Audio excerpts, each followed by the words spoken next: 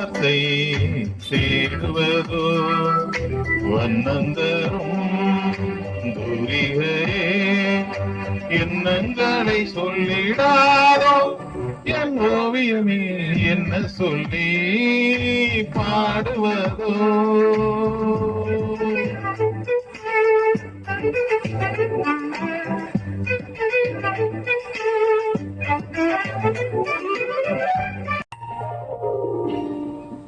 இதோ என் தெய்வம் முன்னாலே நான் ஒரே ஒரு புன்னகையில் கண்டேனே.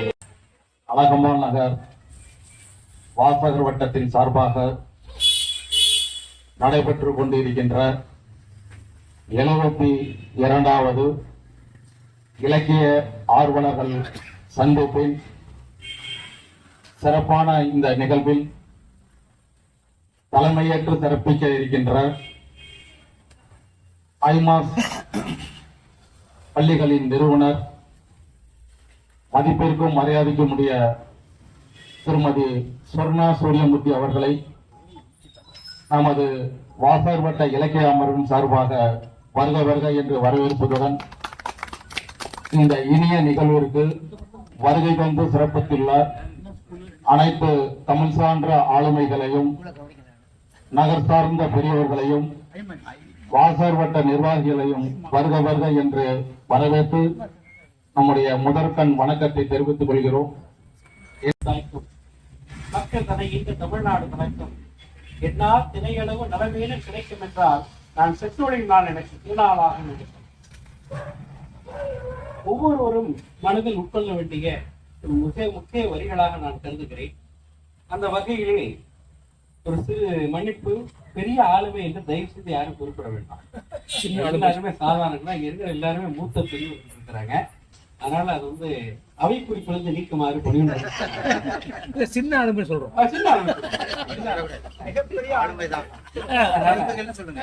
அறிமுகப்படுத்தலே வந்து விவாதப்பட்டமோ பெருமோ. அந்த வகையிலே பாரதி சொன்னதை போல தையலை இயன்சி, அதாவது இன்றைக்கு அவர் ஆரம்பித்து வைத்ததுதான் இன்றைக்கு சிங்கப்பண்ணை என்று வழங்கக்கூடிய அளவிற்கு இன்றைக்கு பெண்களின் மீது ஒரு முக்கிய பார்வை விழுந்திருக்கிறது சொல்றாங்க. பெண்ணடிமை தீரும் மற்றும் பேசுவது நாட்டு மண்ணடிமை தீர்தல் உயிர்கொண்டே. ஆக பெண்களுக்கு இன்னும் அடிமைத்தனத்திலிருந்து விடுதலை கிடைத்ததா என்று கேட்டால் அது ஒரு $1,000,000 கேள்வியாகத்தான் இருக்கின்றன நான் சொல்கிறேன். அந்த வகையிலே இருந்தாலும் எங்களை போன்ற ஆண் சமுதாயம் நாங்கள் பெண்களை மதித்துக் கொண்டிருக்கின்றோம். ஆகையினாலே இன்றைக்கு நமக்கு ஒரு பெண் அரசில் ஒரு கல்வி நிறுவனத்தை சார்ந்த பொது தொண்டு செய்து கொண்டிருக்கக்கூடிய பல்வேறு விதமான தளங்களில் இன்று கல்வி நிறுவனங்களை நடத்துவதோடு அல்லாமல் நல்ல மாணவ செல்வங்களை உருவாக்கி கொண்டிருக்கக்கூடிய, கணவனோடு சேர்ந்து நடத்தி அந்த கணவருக்கு பிறகும் அந்த பணியை நடத்தி கொண்டிருக்கக்கூடிய நம்முடைய சிறப்பு சொற்பொழிவாளர் திருமதி சொர்ணா சூரியமூர்த்தி அவர்களை உங்களின் சார்பாக வருக வருக என்று வரவேற்று அறிமுகப்படுத்த நான் பெருமை கொள்கிறேன். அதற்கு முன்பாக இங்கு கூடியிருக்கக்கூடிய கௌரவ தலைவர் நம்முடைய ராஜவேல் ஐயா அவர்கள் 2 சுமையை தோளில் சுமந்து கொண்டிருக்கின்றார். மாவட்ட மைய நூலகத்தையும் அவர் தாங்கிக் கொண்டிருக்கின்றார். வரக்கூடிய தேசிய நூலக வார விழாவிலே மிக சிறப்பான திட்டமிடல் எல்லாம் நடந்து கொண்டிருக்கின்றது. அவரை சார்ந்த இந்த தனபால் அவர்கள் எல்லாம் மிக சிறப்பாக செய்து கொண்டிருக்கிறார்கள். அதற்கு சற்றும் சளைத்ததல்ல, நீங்கள் தேசிய வார விழாவை கொண்டாடலாம், ஆனால் நாங்கள் வாரந்தோறும் தேசிய வார விழாவை கொண்டாடுகிறோம் என்பதற்கு சாட்சியாக என்னுடைய வீரையன் சார், நம்முடைய ராஜகோபால் சார், இவரெல்லாம் இணைந்து பின்னடைந்து நடந்து கொண்டிருக்கக்கூடிய ஒருங்கிணைப்பாளருடைய தனபாலகிருஷ்ணன் உள்ளிட்ட அவையோர் அனைவருக்கும் என்னுடைய இந்த மாலை நேரத்திலே வணக்கத்தை தெரிவித்துக் கொள்கிறேன். நம்முடைய சிறப்பு சொற்பொழிவாளர் இவர்கள் BSc, BPL physical education, Bharat law, diploma in yoga ஆகிய பட்டங்களை பெற்றவர். இவர் ஐமேக்ஸ் நல்லா கேள்விப்பட்டிருப்பீங்க. எங்க பார்த்தாலும் இந்த ஐமேக்ஸினுடைய விளம்பரங்கள் நிறைய இருக்கும். அதனுடைய உண்மையிலேயே உங்களுடைய ஒரு சொந்தக்காரரை நிறுவனரை இன்றைக்கு உங்களுடைய அழகம்மாள் நகர் சந்திக்கிறது என்பதை நான் மிகவும் பெருமையோடு கருதுகிறேன். ஏன்னா ஒரு கல்வியாளர்களை சந்திப்பது என்பதுதான் நமக்கு எனக்கு முக்கியம். அடுத்த தலைமுறைக்கு நம்ம கொண்டு செல்லணும். மாணவர்களை இப்படி வழிகாட்டணுங்கிறது இன்னைக்கு முக்கியம். இன்னைக்கு எல்லாருமே கைபேசியில் தன்னுடைய உலகத்தை கிடைத்துக் கொண்டிருக்கின்றார். ஆனால் இன்றைக்கு ஐமேஷ் இன்டர்நேஷனல் எஜுகேஷனல் ஃபவுண்டேஷன் என்று சொல்ல பெயரில் ஆரம்பித்து Aimesh Montessori and abacus teacher training institute வச்சிருக்காங்க. நீங்க இந்த அபாக்கஸ் கணித முறைப்படி நீங்க கற்றுக்கொள்வது மிக மிக முக்கியம். மாணவர்களுக்கு கணிதம் என்பது இன்றைக்கு கணக்கு பிணக்கு ஆமணக்கு என்று சொல்வது கூட இன்றைக்கு ஆகிவிட்டது. இன்றைக்கு பல பொறியியல் கல்லூரி மாணவர்கள் முடித்து வெளியில் வருகின்ற போது 14-18 அரியர் வைத்துக் கொண்டு வருகிறான். வேறு எந்த காலத்துல மேப்பிங் பண்ணி நம்ம ஹாஸ்பிட்டலான்னு கேட்டு வர்றான். ஆனால் இளமையிலேயே அவனுக்கு இந்த கணித அறிவை புகட்டினோம் என்று சொன்னார் அவன் வெற்றி பெற்றவராக வர முடியும். இந்த அபாக்கஸ் என்பதையெல்லாம் இதற்கு தூண்டுகோலாக அமைகிறது. அதை இவர்கள் நம்முடைய திருச்சி பாரதாசன் பல்கலைக்கழகத்துடைய இசைவு பற்றி இணைவுடத்தை நடத்தி கொண்டிருக்கிறார்கள். அடுத்ததாக ஐமேஸ் காலேஜ் ஆஃப் ஏவியேஷன் தஞ்சாவூர், அது வந்து இன்டர்நேஷனல் ஏவியேஷனுடைய அனுமதி பெற்று அவர்களை நடத்தி கொண்டிருக்கிறார்கள். அடுத்ததாக ஐமாஸ் ட்ரேடர்ஸ் ஷீல்ட்ஸ் அண்ட் டிராபிக், அதாவது அந்த டிராபிக்ல இருக்கக்கூடியவங்களுக்கு இந்த ஷீல்ட் எல்லாம் தயார் பண்ணக்கூடிய அளவிற்கு அவர்கள் தன்னுடைய பணியை செய்து கொண்டிருக்கின்றார்கள். இவர்களுக்கு 2 குழந்தைகள், 2 மகன்கள் தான். ஒருவர் பேர் வந்து கிருபேஷ் கிஷன் என்று சொல்லக்கூடியவர். அவர் வந்து பிடெக் முடிச்சிருக்கிறாரு, டிப்ளமா இன் ஏஐபி முடிச்சிருக்காரு, எம்பிஏ முடிச்சிருக்கிறாரு, ஏவியேஷன் ஏர்கிராஃப்ட்ல எம்பிஏ முடிச்சிருக்கிறாரு. அதாவது ஃபிளைட் டிஸ்பாட்சரா இருந்திருக்கிறாரு. ஜூனியர் இன்ஜினியரா அவர் வந்து துபாய் எமிரேட்ஸ்ல ஒர்க் பண்ணி இருந்திருக்கிறாரு. இப்ப அடுத்ததாக அவர் கிரிஜே சுதன் என்று சொல்லக்கூடியவர் இப்ப வந்து 10th ஸ்டாண்டர்ட் படிச்சுட்டு இருக்கிறாரு. இவங்க வந்து பாத்தீங்கன்னா இந்த இந்தியாவில் மாத்திரம் இல்ல, இந்தியா, இலங்கை, லண்டன் போன்ற நாடுகள்ல கிட்டத்தட்ட மொத்தம் 60க்கும் மேற்பட்ட ஐமாஸ் அபாக்கஸ் கிளைகளில் 50க்கும் மேற்பட்ட பள்ளிகளில் அவர்கள் நடத்தி கொண்டிருக்கிறார்கள். ஒரு கரவொலி ஏற்பலாம். அதாவது இந்த இடைப்பட்ட காலத்தில் அவங்க கணவர் மறைந்து விட்டார். அவர் தொடக்கி வைத்த அந்த நிறுவனத்தை செம்மையாக நடத்துவது மிகவும் சாதாரண விஷயம் இல்லை. ஒரு குடும்பத்திலே நீங்க எடுத்துட்டா கூட குடும்பத்துல வந்து குடும்ப தலைவி இறந்து குடும்ப தலைவி மட்டும் இருந்தா குடும்பத்தை நடத்துறது மிக மிக கஷ்டம். ஆனால் அதே குடும்ப தலைவன் இறந்து குடும்ப தலைவி இருந்தால் எப்படி ஆகியும் அந்த குடும்பத்தை சீர்தூக்கி எடுத்து விடுவார். இது நாம் தமிழர்கள் கண்ட உண்மை. அது சாதாரண சொல்லல. பெண்ணுக்கு ஒரு பெரிய வலிமை இருக்கிறது. பெண்ணே, அதாவது பெண் என்பது சாதாரண இல்ல. நிமிர்ந்த நன்னடை, நேர்கொண்ட பார்வை, நிலத்தையாக்கும் அஞ்சாத திரிவும் செம்மை மாத திரும்புவதும் இல்லை என்ற பாரதி கண்ட ஒரு கனவு. அப்படிப்பட்ட அந்த கனவை இன்றைக்கு பெண்கள் நிறைவேற்றிக் கொண்டிருக்கின்றார்கள். ஆனால் ஏனோ தெரியவில்லை, அண்மை காலமாக பெண்களுக்கு இழைக்கப்படுகிற கொடுமைகள் தான் இருக்கு ஏராளமாக இருக்கின்ற பத்திரிகை செய்தியில் நாம் பார்த்துக் கொண்டிருக்கின்றோம். அந்த வகையிலே அபாக்கஸ் நிறுவனம், ஐமாஸ் மான்டிசோரி, இந்த பயிற்சி நிறுவனங்களை எல்லாம் பாரதாசன் பல்கலைக்கழகத்தோடு இணைப்பு நடத்தி கொண்டிருக்கக்கூடியவர் 2018 ஜனவரியில வேர்ல்டு ரெக்கார்டு வந்து பண்ணியிருக்கிறாங்க. அவர்கள் மாணவர்கள் வைத்து இவர்கள் வந்து மதுரையில பாரதி யுவகேந்திரா நிறுவனம் ஒரு சிறந்த நிறுவனம் என்ற விருதினை இவர்கள் 2 முறை அவர்கள் பெற்றிருக்கின்றார்கள். அடுத்ததாக மலேசியா அபாக்கஸ் நிறுவனத்திடமிருந்து சிறந்த பயிற்சியாளர், சிறந்த பயிற்சி மையம் என்ற விருதினையும் அவர்கள் பெற்றிருக்கின்றார்கள். இப்படி அதோடு மட்டுமல்லாமல் பாண்டிச்சேரி முதல்வர் நம்முடைய மாண்புமிகு ரெங்கசாமி அவர்களால் வழங்கப்பட்ட சிறந்த கல்வியாளர் விருதையும் அம்மையார் அவர்கள் பெற்றிருக்கின்றார்கள். அதாவது இவருக்கு சுலப முறை வித்தகர் என்ற விருதையும் அவர் பெற்றிருக்கின்றார். அதாவது கவன்முறை வித்தகர் என்று நாம் பார்ப்போம், அது மாதிரி சுலப முறை வித்தகர் என்ற விருதினை பெற்றிருக்கிறார். தஞ்சாவூர் லைன்ஸ் கிளப் வந்து சிறந்த பெண் சாதனையாளர் என்ற விருதினையும் வழங்கியிருக்கின்றது. சென்னை தமிழக பண்பாட்டுக் கழகம் ராஜா கலைஞன் விருதையும் இவருக்கு வழங்கியிருக்கின்றது. அடுத்ததாக 2019 தஞ்சாவூர் இன்னர்வி கிளப் வந்து சிறந்த பெண்மணிக்கான விருதையும் வழங்கி சிறப்பு செய்திருக்கின்றது. அடுத்ததாக 2020 அகில உலக யூனிசெஃப் அமைப்பு மூலம் இன்டர்நேஷனல் யங் அச்சீவர் அவார்டு வாங்கியிருக்கிறாங்க. அடுத்ததாக 2023 மகளிர் தினத்தன்று நம்முடைய தஞ்சாவூர் தமிழ் பல்கலைக்கழகம் மேன்மைசால் மகளிர் என்ற விருதை பெற்றிருக்கின்றார். இன்னும் நிறைய இவருடைய சான்றுகள், விருதுகள் எல்லாம் இருக்கின்றது. அது கொண்டு போனால் அவருடைய பேச்சை கேட்பதற்கு நாம் இயலாவிடும் என்று சொல்லி அருமையான ஒரு வாய்ப்பை வழங்கிய தனபாலகிருஷ்ணன் ஐயா அவர்களுக்கும் இந்த அவையோரை வணங்கி நன்றி கூறி விடைபெறுகிறேன். நன்றி, வணக்கம். தாய் தந்தையரையும் வாழ்த்துகிறேன், வணங்குகிறேன். மண்ணும் பெண்ணும் கண்ணனத்தகும் வாழும் உயிர்களுக்கு யார்? நல்லதொரு வாய்ப்பினை வழங்கிய எனது அன்பிற்குரிய நண்பர் இந்துமணி அவர்களே, முதலில்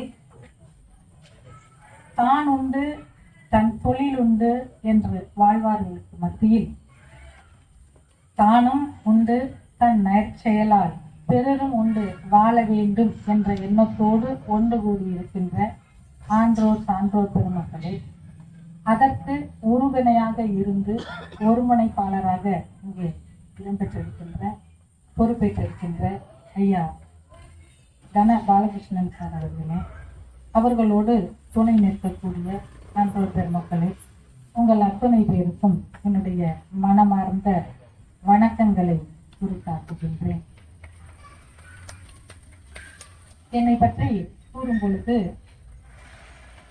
நிறைய நிறுவனங்களை தொடங்கி இருக்கிறேன், நடத்தி கொண்டிருக்கிறேன் என்று என்னை அறிமுகம் பண்ணிய பேராசிரியர் அவர்கள் கூறினார்கள். தொட்டுப்பட்டாலும் மோதிர கையால் தொட்டுப்பட வேண்டும் என்றார்கள். எனக்கு இது ஒரு புதிய அனுபவம். சான்றோர் பெருமக்கள் மத்தியில் உரையாற்றும் அளவிற்கு நான் தகுதி பெற்றவை என்று என்னை அறிமுகம் செய்த தங்களுக்கு என்னுடைய வணக்கங்கள். உண்மையில் பெண் என்பவள் மாபெரும் சக்தி. தன்னை உணர்ந்த அந்த சக்தி நிச்சயமாக சமூக மறுமலர்ச்சிக்கு மிகப்பெரிய ஒரு காரணம் என்பதை என் வாழ்நாளில் நான் உணர்ந்தவள். பொதுவாக பெண் சுதந்திரம் என்றாலே ஆணுக்கு எதிரானது என்பார்கள். ஆனால் என்னுடைய வாழ்நாளில் தவறானவர்களை இதுவரையில், அதிலும் குறிப்பாக ஆண் மக்களை நான் பார்த்ததே இல்லை.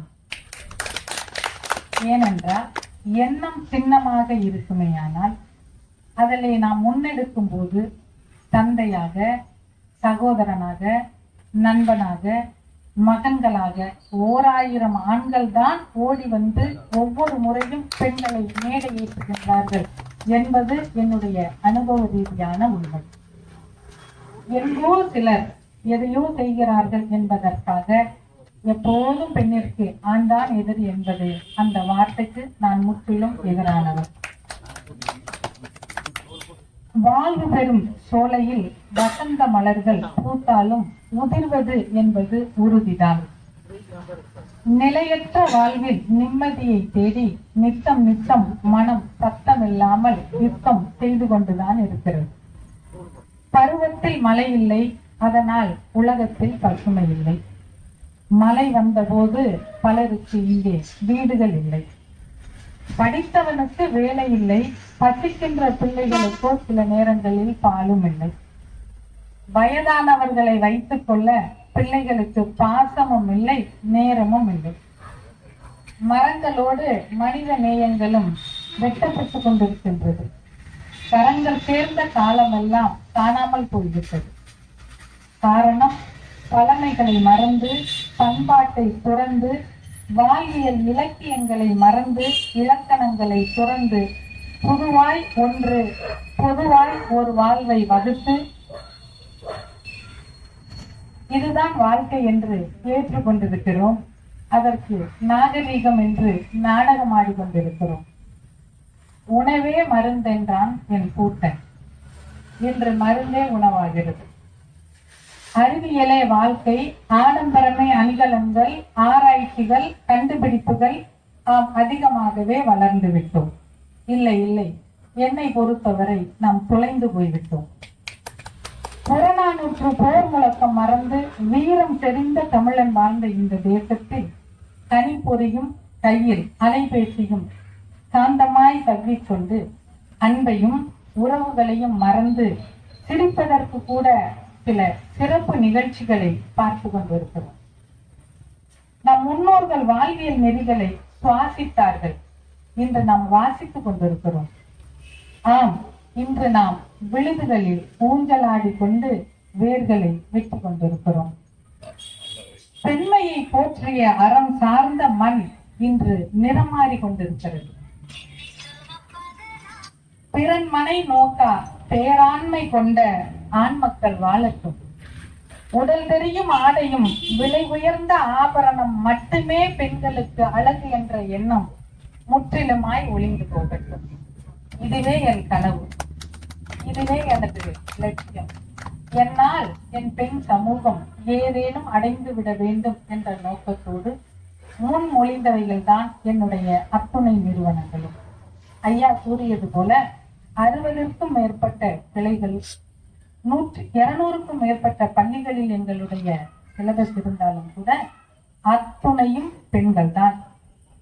நான் இந்த தஞ்சை மாவட்டத்தில் சேர்ந்த மிகவும் பிற்படுத்தப்பட்ட கிராமத்தில் இருந்து வந்தவர்.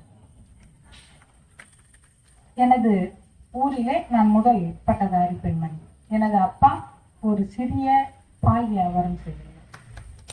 இன்று என்னுடைய வளர்ச்சியை காண அவர்கள் எல்லாம் இல்லாவிட்டாலும் கூட 2 பெண்களாக பிறந்தோம். எங்களுக்கு சமத்துவத்தையும் சகோதரத்தையும், அதே நேரத்தில் ஆணுக்கு இணையானவள் பெண் என்றென்றும் எப்போதும் எங்கும் யாரிடமும் தொழுதிடவோ அழுதிடவோ பெண் பிறக்கவில்லை என்பதை சுட்டிக்காட்டி நித்தம் வளர்க்கப்பட்டவர். என்னை தானே தற்காத்துக் கொள்ளக்கூடிய வலிமை மிக்கவர் நான் என்பது எப்போதும் பேரானந்தம் கொண்டவர். ஏனென்றால் நான் இதுவரை மீண்டும் பதிய செய்கிறேன், தவறானவர்களை என் வாழ்நாளில் சந்தித்ததே. நல்லதை எடுத்து அல்லதை விடுக்கும் அன்னமாய் நான் வளர்க்கப்பட்டேன் இந்த சமூகத்தினால். தவறானவற்றை நான் காணவும் இல்லை, அதை பற்றி நான் சிந்திப்பதும் இல்லை. எப்போதும் என்னை எடுத்துக்காட்டாய் கொள்கிறேன். எனக்குள் ஒரு வட்டம், என்னை சுற்றி ஒரு வட்டம், எனக்குள் ஒரு சமூகம், என் சமூகம் என்றென்றும் ஏறெடுத்து எப்போதும் வெற்றி நடை போட வேண்டும் என்பதே என்னுடைய எண்ணம். இருந்த போதும் ஆங்காங்கே நடந்து கொண்டிருக்கின்ற சில இடர்பாடுகளையும் தடைகளையும் பேச வேண்டும் என்பதும் இக்காலத்தில் உள்ள கட்டாயம். சகோதரர் அவர்களிடம் நான் இந்த தலைப்பை பற்றி கூறிய போது, இந்த சமூகம் பெண்களுக்கு என்றுதான் நாங்கள் பேசியிருக்கிறோம். பெண்களுக்கு சமூகம் செய்ய வேண்டியது என்று ஒன்றை நீங்கள் கூறியிருக்கிறீர்கள், அதை வரவேற்கிறேன் என்றார்கள். இதுதான் ஒரு பெண் முயற்சிக்கு முதல் வெற்றி. ஒன்றை நான் கூறினேன், அது நன்றாய் இருப்பதினால் அங்கு ஆமோதிக்கப்பட்டது. இங்கு உங்கள் முன்னால் நான் நிற்கின்றேன். ஆக எண்ணம் எது என்பதுதான் ஒரு சமூகத்தினுடைய, அது எந்த சமூகமாக இருக்கட்டும், ஜாதியாக இருக்கலாம், மதமாக இருக்கலாம். எனக்கு தெரிந்து 2 மத சாதிகள் தான், ஒன்று ஆண் ஜாதி, மற்றொன்று பெண் ஜாதி. இந்த பெண் ஜாதி முன்னெடுத்து முயற்சிகளில் வெற்றி பெற வேண்டும் என்றால் ஒவ்வொரு பெண்ணும் தன்னைத்தானே தற்காத்துக் கொள்ளக்கூடியவளாக, சுயமரியாதை என்றவற்றையும் சுய ஒழுக்கம் என்ன என்பதை பற்றியும் சரியாக கற்றறிந்தவளாக இருக்க வேண்டும். ஒரு வரலாற்று சான்றினை உங்களோடு பகிர்ந்து கொள்கிறேன். திரௌபதியை சபையிலே அழைத்து வந்து சங்கடப்படுத்தியதை நாம் அறிவோம். அதனை பற்றி விரிவாக பேச நான் விரும்பவில்லை. ஆனாலும் கூட திருதராஷ்டிரன் முடிவிலே திரௌபதியிடம் உனக்கு 2 வரம் தருகிறேன், என்ன வேண்டும் என்று கேட்பார். அந்த 2 வரத்திலே ஒன்றாக அவள் எனது நாட்டை திரும்ப தாருங்கள், 5 கணவன்மார்களும் விடுதலை பெற வேண்டும் என்று 2 வரங்களை பெற்றாராம். அப்பொழுது திருதராஷ்டிரன் கூறினாரா, 2 வரங்களை மட்டும் கேட்டிருக்கின்றாயே, உனது அடிமையை பற்றி நீ வருத்தப்படவே இல்லையே, உன்னுடைய விடுதலை வேண்டாமா உனக்கு என்ற போது அவள் கூறினாளா, யார் கூறியது என்னை அடிமைப்படுத்தியது? நான் அடிமை பெற்றவள் இல்லை. ஏனென்றால் தருமன் தன்னை இழந்த பிறகுதான் என்னை இழந்தார். என் கணவருக்கு தன்னை இழந்த உடனேயே என்னை வைக்கும் அதிகாரம் அற்றுவிட்டார். என்னை நீங்கள் இழுத்து கொண்டு வந்திருக்கலாம், என்ன வேணாலும் செஞ்சிருக்கலாம், அது எனக்கு, என்னுடைய உணர்வுக்கு, என்னுடைய எண்ணங்களுக்கு அப்பாற்பட்டது. அதற்கு நான் பொறுப்புடையவள் அல்ல. நான் அடிமை பெற்றவள் இல்லை.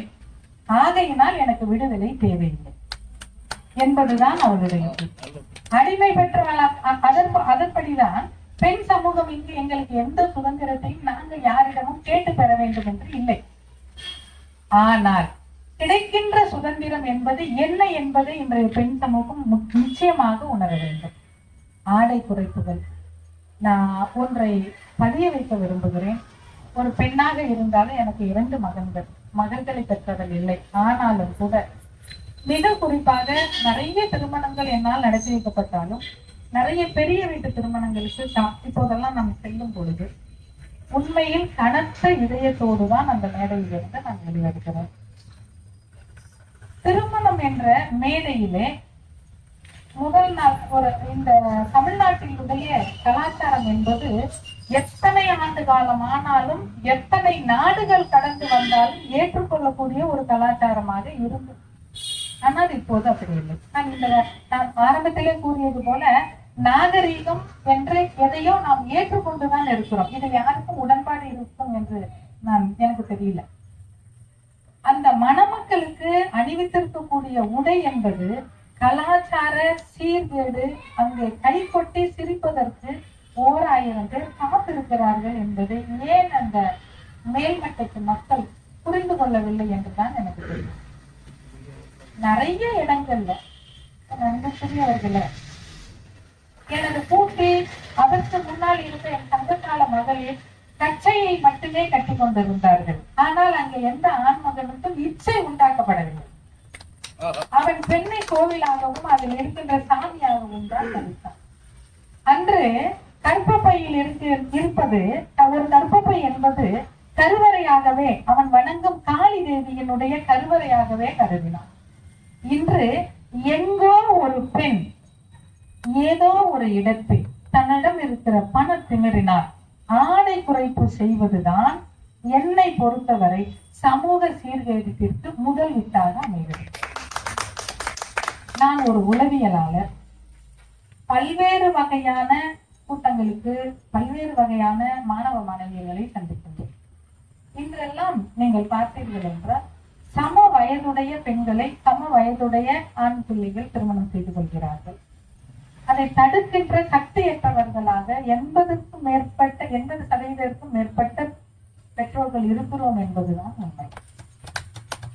என் அன்பானவர்களே, குறிப்பிட்ட வயது என்பது வித்தியாசம் என்பது இருக்க வேண்டும் என்று நாம் எதற்காக வகுத்துட்டோம் என்பதை நீங்கள் அறிவீர்கள்.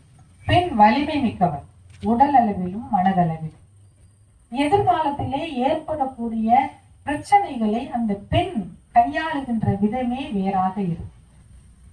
ஒரு பெண்ணிற்கு 30 வயதில் அந்த ஆளுமை கிடைக்கின்றது என்றால் ஆண் மகனுக்கு உளவியல் ரீதியாக குறைந்தபட்சம் 33 அல்லது 35 வயதில் தான் அந்த பக்குவத்தை அவனால் அடைய முடியும்.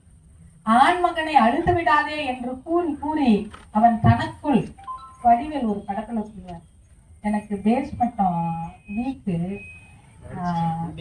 Building strong அப்படின்வார். அந்த மாதிரி தேவையில்லாத ஒரு கருத்தை மகனே நீ அழுது விடக்கூடாது, ஏனென்றால் நீ ஆண்மகன். அப்ப அந்த சில விஷயங்களை அதற்குடைய முடிவுகளை எடுக்க தெரியாமல் இன்னைக்கு எத்தனை பெண்கள், எத்தனை ஆண்கள், எத்தனை பெண் குழந்தைகளினுடைய அதாவது திருமணமானவர்களுடைய திருமணங்கள் எளிதில் முடிந்து போகிறது என்று தெரியுமா? வேகமாக காதலித்து வேகமாக திருமணம் செய்து கொண்டு அவர்களுடைய வாழ்க்கையும் வேகமாக முடிந்து விடுகிறது. இந்த சீர்கேட்டிற்கு யார் காரணம்? எங்கிருந்து இவைகள் மாறுகிறது? இதற்கு சமூகம் எந்த வகையில் பொறுப்பாகும் என்பதை பற்றி நான் பேச முற்படுகிறேன். முதலில் எனது குடும்பத்தில் இருந்து வருகிறேன்.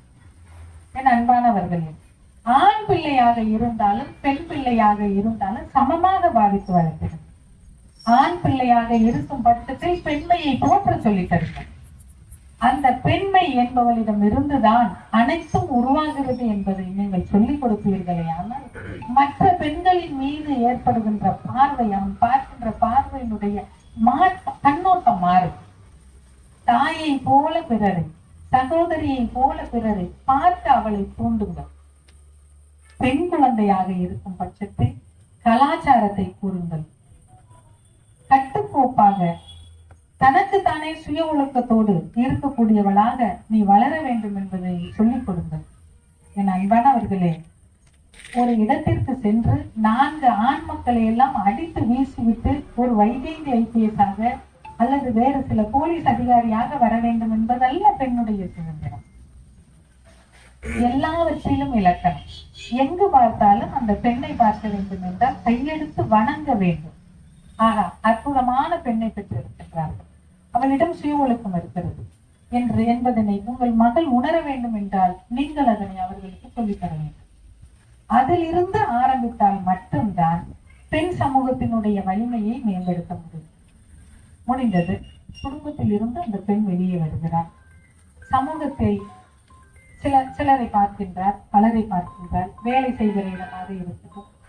இப்பெல்லாம் சொல்றாங்க ஐடில பொண்ணு வேலை பார்க்குது, dress code it is common அப்படின்னு சொல்றாங்க. ஒரு சமாதானம். அந்த பெற்றவருக்கு தெரியும் நம்ம பெண் தவறான பாதையை நோக்கி செல்கிறாள் என்று. இருந்தாலும் என் பிள்ளை பற்றி எனக்கு தெரியும், அங்க இருக்கிற சூழ்நிலை அப்படி இருக்கிறது. என் அன்பானவர்களே, 10 மணிக்கு பெண் வீட்டிற்கு வர வேண்டும். அது வந்தாங்க ஏன்னு கேட்காதீங்க, அது எங்களோட சுதந்திரம் பறிபோகிறது என்று சில பெண்கள் பேச நினைக்கிறேன். ஆனால் அதை நான் எதிர்க்கிறேன். கேட்க வேண்டும். நீ எதை பார்த்தாய், எதை தெரிந்து கொண்டாய், அதிலிருந்து எதை கற்றுக்கொண்டாய், நீ என்ன அதன் பிறகு இந்த சமூகத்திற்கு சொல்ல போகிறாய், நீ எடுத்துக்காட்டாக இருக்க போகிறாயா? எடுத்துக்காட்டு என்பது 2ஆக எடுத்துக்கொள்ளலாம். ஒரு அரேபிய சாதிக்காரை ஒன்று. ஒருவர் என்ன செய்வதென்று தெரியாமல் இருந்தாராம். அப்பொழுது காட்டு வழியாக சென்று கொண்டிருக்கும் போது ஒரு சிங்கம் வந்ததாம், ஒரு மானை பார்த்ததாம், அடித்து சாப்பிட்டு விட்டதாம். அதனுடைய மிச்ச மீதிகளை அங்கேயே விட்டு சென்றதாம். அதை பார்த்த நரி ஓடி வந்து அதை சாப்பிட்டு விட்டதாம். அந்த மனிதன் பார்த்தானா, பரவாயில்லையே, மரத்தை வச்சவன் தண்ணி விட்டுவான். ஏன்னா நம்ம எப்போதும் கடினமானவற்றை விட்டு விட்டு எளிமையானவற்றை தான் எடுத்துக்காட்டாக கொள்கிறோம். நம்மளை நாமளே சமாதானப்படுத்துறதுக்கு நம்ம வீட்டுல ஒரு தப்பு நடந்ததுன்னா கண்டிக்க மறந்துட்டு பக்கத்து வீட்டுல எல்லாம் நடந்த குறைகளை எல்லாம் சொல்லி அதுக்கு இது பரவாயில்ல அப்படின்னு நாம நம்மள ஆசுவாசப்படுத்திக்கிறோம். இதுதான் இன்னைக்கு இருக்கிற எல்லாரும். அப்ப அந்த மனிதன் சொன்னானா, பரவாயில்லையே, நான் வந்து இப்படி கூட இருக்கலாம், ஏன்னா கடவுள் இருக்காரு, படைச்சிட்டாரு, இந்த டியூட்டி அது என்னை படைக்கிறது அவரோட டியூட்டியை படைச்சு முடிச்சிட்டாரு. சிங்கம் அடிச்சு சாப்பிட்டது போது மிச்சம் மீதி இருக்கும், அதை நான் எப்படி எனக்கு கிடைச்சுதான் ஆகும். ஸோ நான் ஒன்றும் முயற்சி எடுக்க வேண்டியதில்லை, உழைக்க வேண்டியதில்லை அப்படின்னு தன்னை ஆசுவாசப்படுத்திக்கிட்டாரு. அப்போது ஒரு அசதீரி கேட்டதான், மூடனே, நீ எடுத்துக்காட்டாக கொள்வது சிங்கத்தை எடுத்துக்கொள், நரியை எடுத்துக்கொள்ளாது. எச்சங்களை தின்பவர்களை, அதன் மிச்சங்களை தின்பவர்களை எடுத்துக்காட்டாக கொள்ளாது. நீ எப்போதும் கொடுப்பவர்களை நினைக்காது, கொடுப்பவர்களை நினைத்து பார், வாங்குபவர்களை நினைத்து பார்க்காது அப்படின்னு சொன்னாங்களாம். அது மாதிரி நம்ம யாரை எடுத்துக்காட்டாக நம் பிள்ளைகளுக்கு சொல்ல போகிறோம்? முதலில் நாம் நம் பிள்ளைகளுக்கு எடுத்துக்காட்டுகள் தானா? விதை ஒன்று போட்டால் சுரை ஒன்று முளைக்காது என்பார்கள். அப்படி என்றால் நாம் விதை விதைத்திருக்கிறோம், அது நல்லவற்றை தான் நம்ம அறுவடை செய்ய. நான் நல்லாதான் இருக்கேன். சில பேர் வீட்டுல நம்ம பார்த்துருக்கோம், நான் நல்லா இருக்கேன், என்னோட பையன் வெரி டிசிப்ளின், ஆனா அவங்க பையன் வந்து இப்படி இருக்கான் அப்படின்னு. அதில் ஏதோ ஒரு இடத்தில் அந்த தவறு நடந்தது. நம்மளுடைய அலுவலகம் காரணமாக இருந்திருக்கலாம், நம்ம மனைவியினுடைய அலுவலகம் இருந்திருக்கலாம். அதிலே அந்த சமூகத்தினுடைய சில இடர்பாடுகளில் அவர்கள் விலகி சென்றிருக்கலாம்.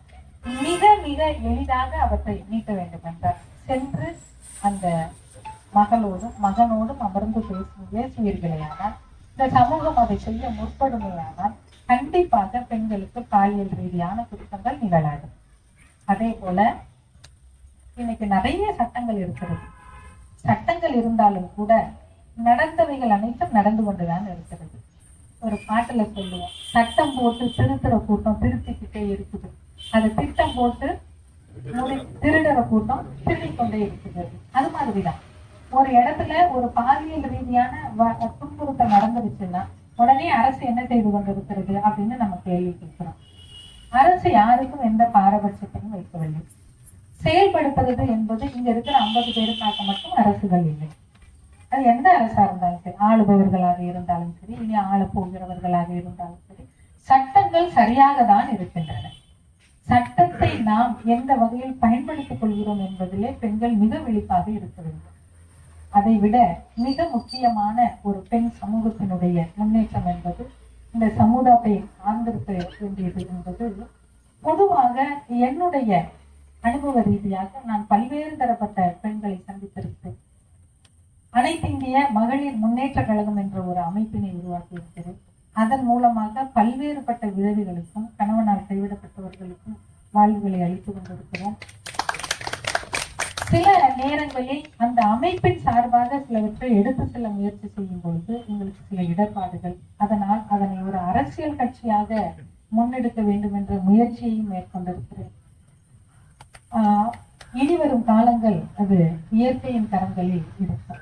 நான் இதை எதற்காக முன்னெடுத்தேன் என்றால், 33% இடஒதுக்கீடு என்பது எங்களுக்கு இருந்தாலும் கூட, அதிலும் குறிப்பாக தமிழகம், கேரளா போன்ற ஸ்டேட்ல அதிகமாகவே 50% அளவிற்கு பெண்களுடைய வளர்ச்சி விகிதம் இருக்கிறது. அனைத்து துறைகளிலும் இருக்கிறார்கள். ஆனால் அது முழுமையடைந்ததா என்றால் இல்லை. நான் எப்படி சொல்கிறேன் என்றால், ஒரு உள்ளாட்சி தேர்தலிலோ ஊராட்சி மன்ற தேர்தலிலோ நீங்க எடுத்துக்கொண்டீங்கன்னா, வழி வழியாக ஒரு குடும்பம் தான் ஆட்சியாளராக இருந்திருக்கும். அப்போது அந்த இடத்திற்கு அந்த கோட்டா ஒரு பெண் இருக்கணும் அப்படின்னு சொன்னா, எழுத படிக்க தெரியவில்லை என்றாலும் கூட அவள் அவருடைய மனைவி என்பதனால் அவளுக்கு அந்த பதவி கிடைக்கும். அதை நான் எதிர்க்கிறேன். ஒரு குடும்பத்தினுடைய எந்த ஆட்சி பொறுப்புகளும் குடும்பத்தின் சார்பாக இருந்து விடக்கூடாது. அங்கே திறமை மேம்பட வேண்டும். குறிப்பாக பெண்களுக்குரிய இடஒதுக்கீடாக அது இருக்கும் பொழுது, அது எந்த மதமாக இருந்தாலும் எந்த ஜாதியாக இருந்தாலும், திறமை வாய்ந்த பெண்ணினம், சுய சிந்தனை உள்ள ஒரு பெண்ணினம் அந்த சீட்ல உட்காரணும். அதுதான் எங்களுக்கு முழுமையான இடஒதுக்கீடு. அந்த இடஒதுக்கீடு இப்ப இருக்கா அப்படின்னு கேட்டா என்ன பொறுத்தவரையும் இல்லை. நான் ஒருவருடைய மனைவி அப்படின்னு தான் சொல்லுவோம். சில நேரங்கள்ல சில ஊர்களுக்கு நாங்க போன் பண்ணும்போது, சொல்லுங்க நான் பிரசிடென்ட் பேசுறேன்னு சொல்லுவாங்க. ஒரு முறை நான் போனை அணைச்சிட்டு திரும்ப என்னுடைய உதவியாளர்களிடம், நீங்க இதை ஒரு பெண் தானே இந்த பகுதிக்கு பிரசிடென்ட்னு சொன்னீங்க, ஒரு ஆண் பேசுற மாதிரி இருக்கு, இல்ல அது அவருடைய கணவன் என்றார். இன்னும் நெருங்கி போய் அவரிடம் ஒரு கையெழுத்து பெற வேண்டும் என்றார். ரப்பர் ஸ்டாம்ப் அவர் வச்சிருக்காரு. அந்த அம்மா கையெழுத்து போற இடத்துல அந்த ஐயா அந்த அம்மாவின் சார்பாக இந்த ரப்பர் ஸ்டாம்பில் இருக்கிற பெயரை அடிப்பார். இவற்றை நான் எதிர்க்கிறேன். ஆளுமை அற்றவள் அந்த பெண் என்றால், அவளுக்கு கணவனுடைய, அவளுடைய மாமனாரினுடைய, அவளுடைய தந்தையினுடைய ரெக்கமெண்டேஷன்ல அந்த சீட்டு கிடைக்க கூடாது. அது எங்களுடைய இடஒதுக்கீடு கிடையாது. எங்களுக்கு அந்த இடஒதுக்கீடு வேண்டாம். அது எங்களுடைய வளர்ச்சியும் அல்ல, அது எங்களுக்கு வீழ்ச்சி. நீங்கள் வாழை இலை நிறைய உணவினை பரிமாறி விட்டு வாயை தட்டி விடுவதற்கு சமமான வளர்ச்சி அது எங்களுக்கு வேண்டாம்.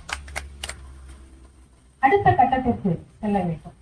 சரி, மேம்பட்ட மக்கள் ஒரு பக்கம் இருந்தாலும் கீழ்த்தட்டு மக்கள், கீழ்த்தட்டு பெண்கள் எங்கெல்லாம் வசப்படுத்தப்படுகிறார்கள் என்றால், சம்பாத்தியம். கணவன் என்பவன் இல்லை என்றாலும் கூட, கணவன் என்பவளால் கைவிட்டப்பட்டவளாக இருந்தாலும் கூட, அரசு நிறைய நலத்திட்டங்கள் கொடுக்குது, நிறைய ஃப்ரீயா நிறைய பண்றாங்க. இருந்தாலும் கூட சுயமாக சம்பாதிக்க வேண்டும். ஒரு பெண் எப்போது சார்புடையவளாக மாறுகிறாள் என்றால், பிறந்தோன்னு அப்பா தான் சாப்பாடு கொடுத்தாங்க, வேற வழி இல்லை. அப்பா தான் படிக்க வைக்கணும். அப்போ அப்பாவை டிபெண்ட் பண்ணி ஆகணும் அப்படின்னு என்று எங்களுக்கு விதிக்கப்படுது. அதை தாண்டி ஒருவேளை அப்பா இல்லை அப்படின்னா அண்ணன், தம்பி, மாமா, மச்சான் யாராவது ஹெல்ப் பண்ணுவாங்க. ஸோ அவங்கதான் அப்படின்ற மாதிரி எங்களுக்கு முன் வைக்கப்படுகிறது. அடுத்து திருமணமாகி போறோம்னு வச்சுக்கோங்களேன், அங்க எங்களுடைய தேவைக்காக ஒரு ஆண்மகனை நாங்கள் சார்ந்திருக்க வேண்டிய ஒரு சூழ்நிலை. இது எதுவுமே இல்லை அப்படின்னு போதுதான் அந்த பொண்ணு தனிச்சு விடப்படுறா. அப்ப அவளுடைய தேடல் தன் அப்பா சாப்பிடணும் இல்லையா, தான் வாழணும் இல்லையா, தனக்கு பிள்ளைகள் இருக்கும் இல்லையா, அதை பார்க்கணும்ல.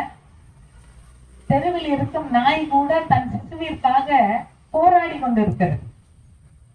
அப்போ தன்னோட அந்த தாய் பிள்ளைக்காக ஏதாவது செய்யணும்ல. அப்ப ஓடி சென்று ஒரு ஆண்மகனிடம் ஒரு உதவி. அந்த ஆண்மகனுடைய எண்ணம் சரியாக இருந்தால் வெற்றி பெற்றவன். சொன்னா சூரியமூர்த்தி மாதிரி எண்ணம் தவறாக இருக்குமேயானால், நான் ஆண்மகன் என்று கூறுவது 100 பகுதியை மட்டும்தான். 91 பேர் சொன்னா சூரியமூர்த்தியை போன்ற பெண்களை முன்னிறுத்தியவர்கள், முன்னிறுத்திக் கொண்டிருப்பவர்கள் உங்களை போன்ற இந்த சபையில் இருக்கக்கூடியவர்கள். நான் எப்போதும் அவர்களுக்கு தலைவணங்குகிறேன். அப்படி அந்த ஒரு சார்பு தன்மை என்ற உணர்வு ஆரம்பத்தில் இருந்து இந்த பெண் சமூகத்திற்கு விளைக்கப்படுவதனால்தான் அவள் அந்த சம்பாத்தியம், சுயதொழில் என்ற ஒரு சூழ்நிலை, ஒரு தன்னிறைவை அடையும் வரை சார்பு நிலைக்கு தள்ளப்படுகிறார். அந்த இடத்தில் தான் இந்த சமூகம் இந்த பெண்ணினத்திற்கு உதவிட வேண்டும்.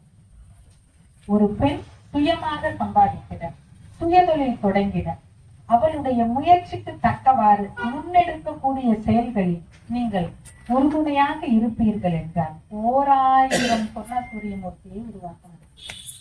எங்களுடைய கனவு பெண்களுடைய சமுதாய முன்னேற்றம் என்பது வசப்படும். இது சமூகத்திடமிருந்து நான் எதிர்பார்க்கிறேன். பெண்கள் என்பவர்கள் கூட பெண் சமுதாய வளர்ச்சிக்கு எதிராக சிலர் இருப்பது. குறிப்பாக பெண்களுக்கு மட்டுமே உரிய குணம்னு நம்ம சில பேர் சொல்லுவோம், புரணி பேசுறோம், காசி. அதிலிருந்து எந்த பெண்ணும் வளர்ப்பது. அவற்றிலிருந்து விலகிக் கொள்ள பெண்கள் சமூகம் தயாராக இருக்க வேண்டும். அதற்கு ஒரே வழி உழைப்பை முன்னிறுத்துகின்றவர். அது எந்த உழைப்பா வேணாலும் இருக்கலாம். அதுக்காக கலெக்டரா தான் போய் உழைக்கணும்னு இல்லை. இன்னைக்கு நிறைய ஆப்பர்ச்சுனிட்டிஸ் வந்துருச்சு. வீட்டுல இருந்தே கூட பின்னி ஆன்லைன்ல சேல் பண்ண முடியும். ஆக தன்னுடைய உணர்வு பூர்வமான தன்னுடைய எண்ணங்களுக்கு உயிரூட்டக்கூடிய தொழிலை அந்த பெண் வீட்டில இருந்து கூட செய்யலாம். அப்படி பெண்கள் மற்ற விஷயங்களில் இருந்து விலகி தன்னை வலுப்படுத்திக் கொண்டு மென்மேலும் வளர்ச்சி அடையும் விதமாக செயல்படுவார்கள். ஆனால் அதுவும் பெண் சமூகத்திற்கு ஒரு பெண் சமுதாய முன்னேற்றத்திற்கு விட்டு. அதே போல பெண் குழந்தைகளுடைய வளர்ப்பிலும் பெண்கள் முன்னெடுக்கக்கூடிய செயல்பாட்டிலும், ஏன்னா நம்ம நிறைய சொல்லுவோம், கல்வி இல்லா பெண்கள் கலர் நிலங்கள், அங்கே புற்கள் விளைந்திடலாம், நல்ல புதல்வர்கள் விளைவிடும். அப்படின்னா அந்த பெண்ணுக்கு இன்னைக்கு நான் எந்த பிள்ளைக்கும் கல்வி அறிவு கிடைக்கல அப்படின்லாம் சொல்லவே முடியாது.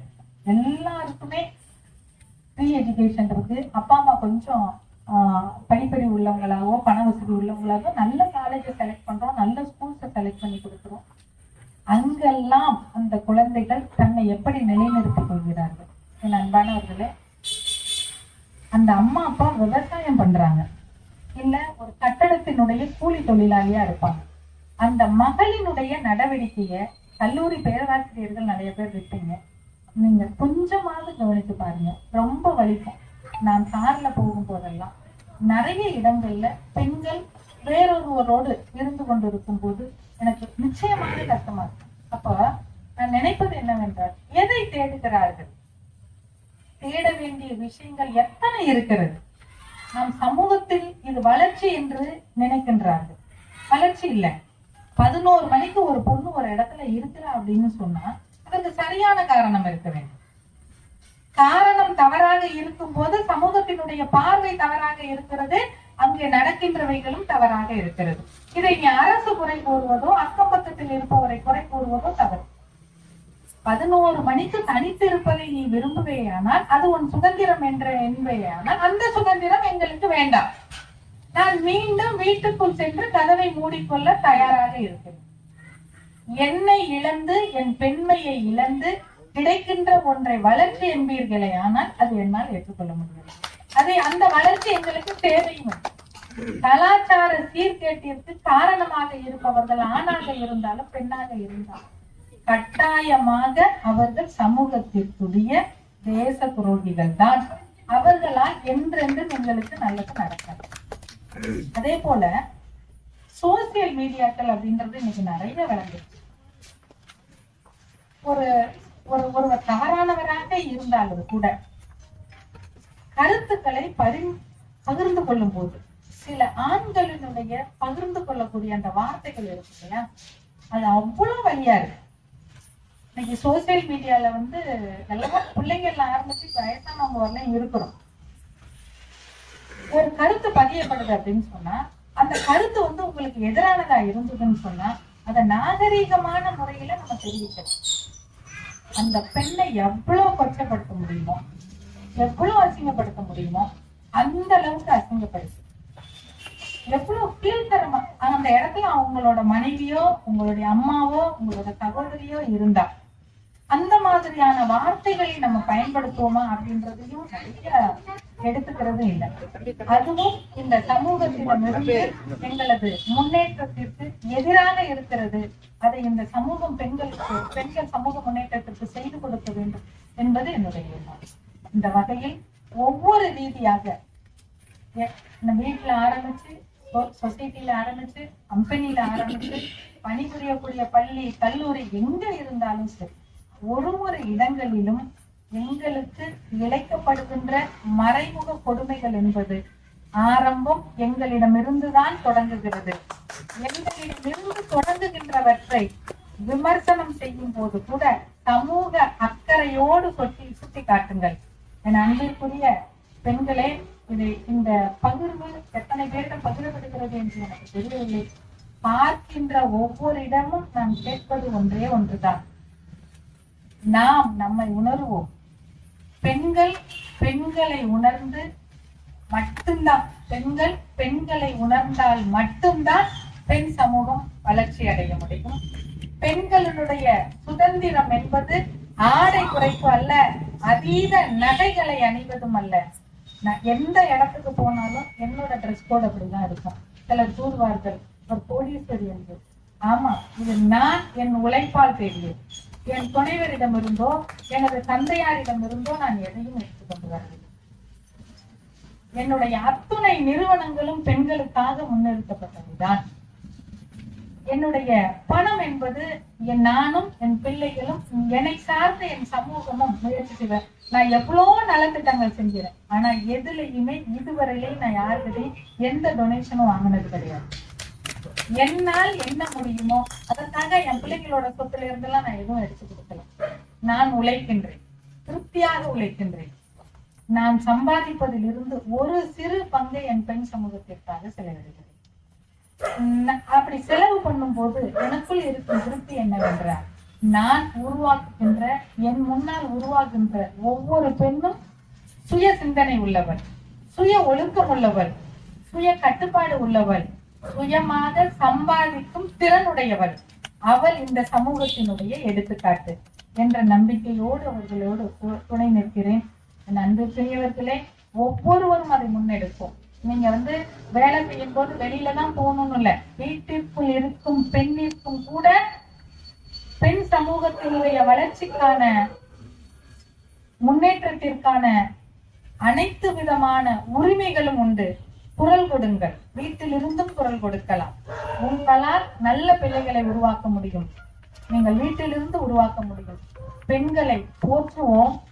பெண்களும் தங்களுடைய உரிமைகளையும் சமூக கட்டுப்பாடுகளையும், கட்டுப்பாடுகள் என்று நினைக்காதீர்கள்.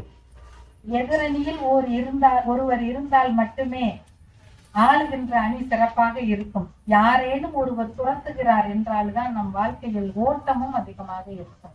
ஆகவே எதிராளி என்று ஒன்று வேண்டும்.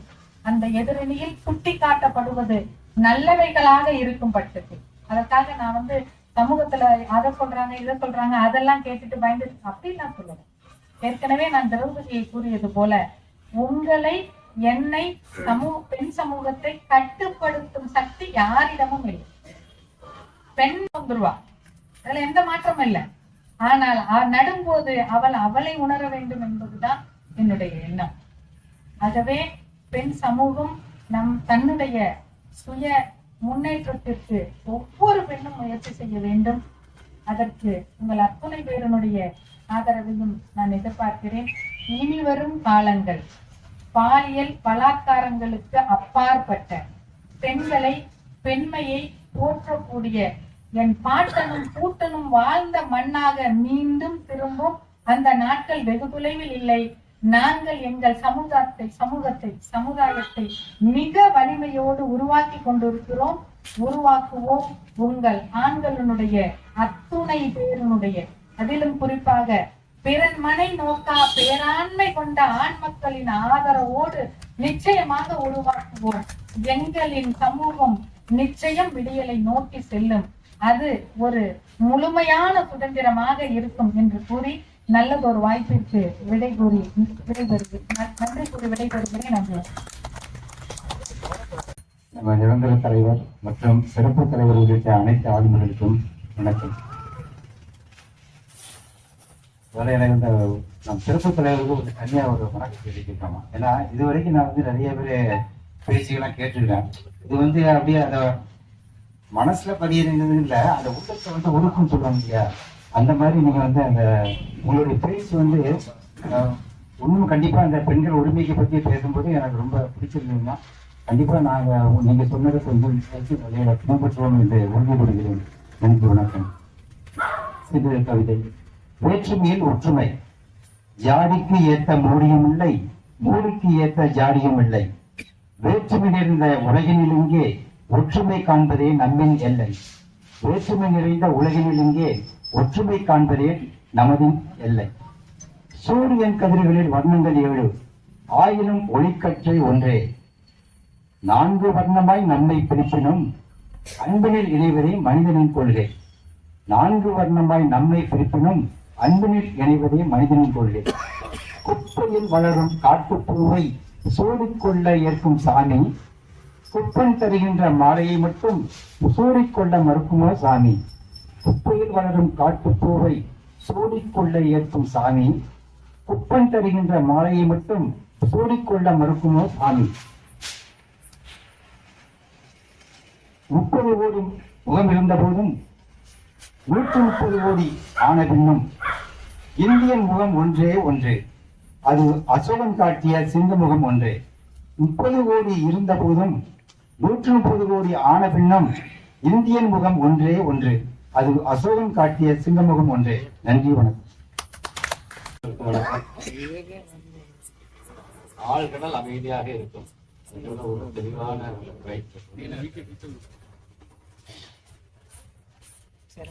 தமிழ்நாட்டில் அரசியல் தலைவர்ல மதிக்கப்படக்கூடிய ஒரு தலைவர் வந்து ஏ.கே. அப்துல் சமாத், முஸ்லீம் லீக் தலைவர். எல்லா கட்சியிலும் எல்லா தலைவரோட நல்ல நட்புறவு இருந்தார். அவருடைய மகன் பாத்திமார்னு அவங்க இருந்தாங்க. ஒரு பல வருடங்களுக்கு முன்னாடி வேலூர்ல ஒரு மாநாடு நடந்தது, பெண்களுக்கான முஸ்லீம் மாநாடு நடந்தது. அதுல அவங்க பேசும்போது ஒரு கருத்து சொன்னாங்க. ரொம்ப எளிமையான கருத்து தான், அம்மா சொல்றதுக்கு ஒட்டி வர கருத்து. பெண்கள் இந்த முக்காடு போட்டுக்கிறாங்க, அந்த புக்கா முஸ்லீம் பெண்கள், அதை குறித்து சொன்னாங்க. முக்காடு என்பதற்கு முகத்தை மூடுவதற்கு தானே தவிர மூளையை மூடுவதற்கு அல்ல அப்படின்னு சொன்னாங்க. அது எல்லாராலும் ரொம்ப பரவலாக பாராட்டப்பட்ட ஒரு செய்தியா வந்து ஒரு லைன் தான். ஆனா அந்த கோட் வந்து ரொம்ப பிரபலமா ஆச்சு. பேரக் ஒபாமா ESPN சொன்னார்ல, அந்த மாதிரி. அதனால அந்த செய்தியை சொல்லிட்டு அம்மாவோட உரைக்கு நன்றி. அப்புறம் 2 வார்த்தை வந்து இந்த மைய நூலகத்தை பத்தி சொல்லணும். மைய நூலகத்துல புதுசா வாசகர் வட்ட நிர்வாகிகள் தேர்ந்தெடுக்கப்பட்டிருக்காங்க. ஐயா ராஜவேலு அவர்கள் தலைவராகவும், ஐயா நம்ம கவிஞர் ராமதாஸ் அவர்கள் துணைத் தலைவராகவும், தனபாலகிருஷ்ணன், ஐயா ராஜமாணிக்கம், கரந்தை ஜெயக்குமார், வல்லம் ராஜ்பால், மணிமாறன், டொமினிக் சேகர், ஐயனார், நான், இன்னும் சில பேர் எல்லாரும் வந்து அந்த பொறுப்பில் இருக்கோம். தேசிய நூலக வார விழா வந்து அடுத்த வாரத்தில் 2 நாளில் தொடங்குது. அது சம்பந்தமா நிகழ்ச்சியில வடிவமைப்புல ஒரு வாரமா ஒரு இருக்கு. அந்த நோட்டீஸ் வச்சிருக்கோம். 14ஆம் தேதி MP வராங்க, முரசொலி MP வராங்க. அப்புறம் அடுத்த நாள் வந்து மேயர் வராரு, அதுக்கு அடுத்த நாள் டிப்டி மேயர் வராரு. இதனோட நிகழ்ச்சியில நிறைவு விழாவில் MLA வராங்க. அவங்க எல்லாரும் வந்து அந்த கருத்துரை அஞ்சுகம்பூபதி வராங்க, அந்த மகளிர் நிலையத்தில். அது எல்லாரும் நீங்க இந்த வாசல் வட்டத்தில் இந்த அழகமலரில் இருக்கக்கூடிய எல்லா மக்களும் எல்லாரும் வரணும். நாங்கள் எல்லாரும் நான் விரும்பி கேட்டுக்கிறேன்.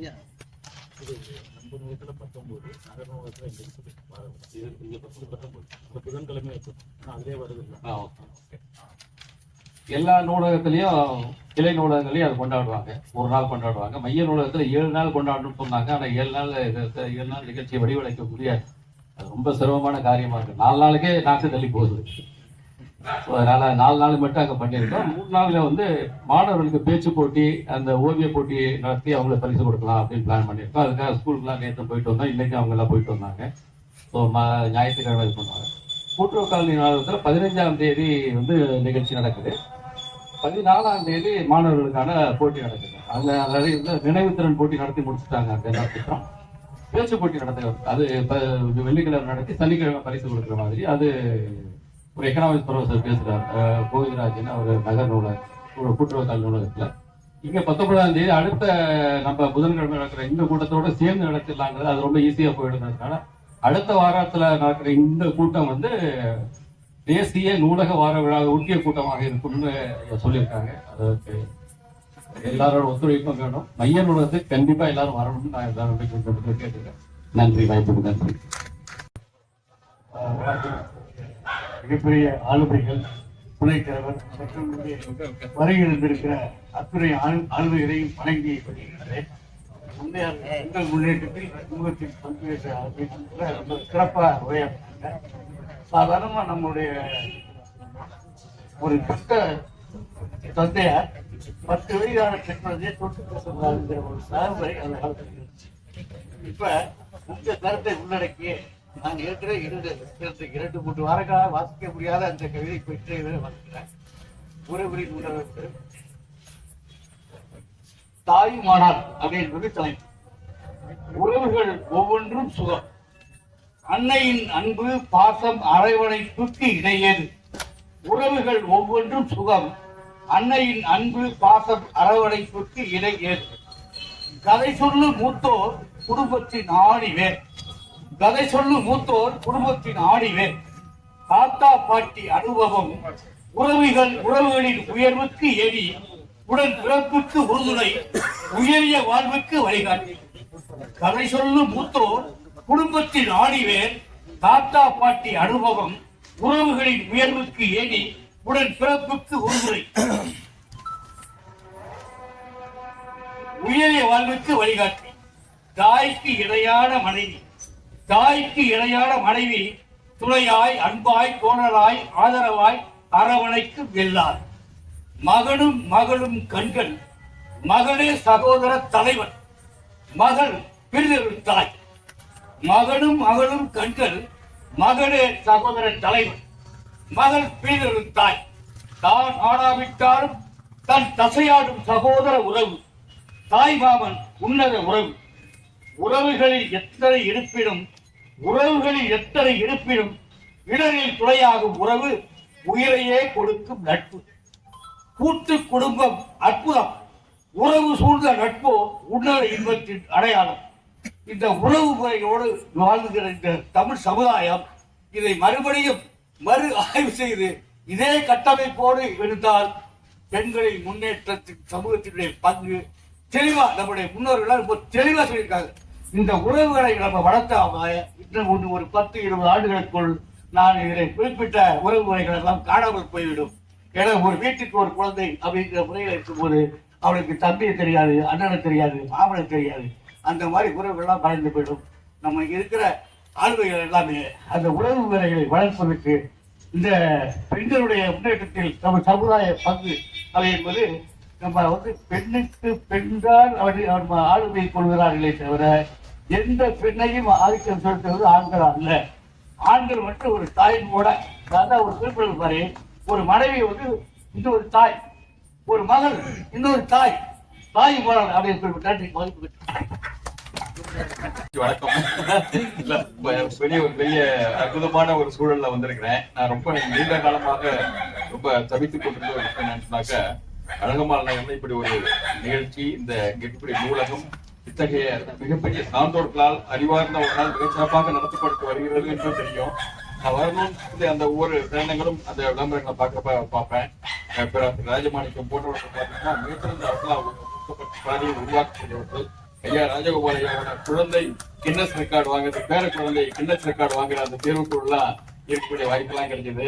அதே மாதிரி இங்க பார்க்கக்கூடிய எல்லாருமே பல்லம் ராஜ்குமார் ஐயாவாக இருக்கட்டும், நமக்கு ராமதாஸ் ஐயா கவிஞர்கள், பெரிய கவிஞர்கள் இருக்கக்கூடிய அரங்கம், ஒவ்வொருவரும் மிகப்பெரிய ஆளுமைகள். நான் ஏத்தாப்புல உட்கார்ந்துருக்கிறது இப்போ உங்க நேரத்தையும் அதிகமாடுது. எல்லாவற்றுக்கும் மேலாக நமக்கு வந்திருக்கக்கூடிய இன்னைக்கு சிறப்பு விருந்தினராக வந்திருக்கக்கூடிய உண்மையிலேயே ஒரு வித்தியாசமான ஒரு மிகப்பெரிய சவால் நிறைந்த துறைகள் எல்லாம் மிகப்பெரிய சாதனைகளை நிகழ்த்தி நெருக்கடியான சூழல்களை எல்லாம் தன் வசமாக்கி அதெல்லாம் பார்த்துக்காக இன்னைக்கு மிகப்பெரிய அளவிற்கு பெண்கள் முன்னேற்றத்திற்காக அவரோட மிகப்பெரிய நெறிப்படுத்துவதற்கான அவரை முன்னேற்றுவதற்கான பல முயற்சிகளை மேற்கொண்டிருக்கக்கூடிய ஒரு மிகச்சிறந்த கருத்தாளரை இன்னைக்கு நீங்க அழைச்சிருக்கீங்க. அதையும் பார்க்கறதுக்கு ரொம்ப சந்தோஷமா இருக்கு.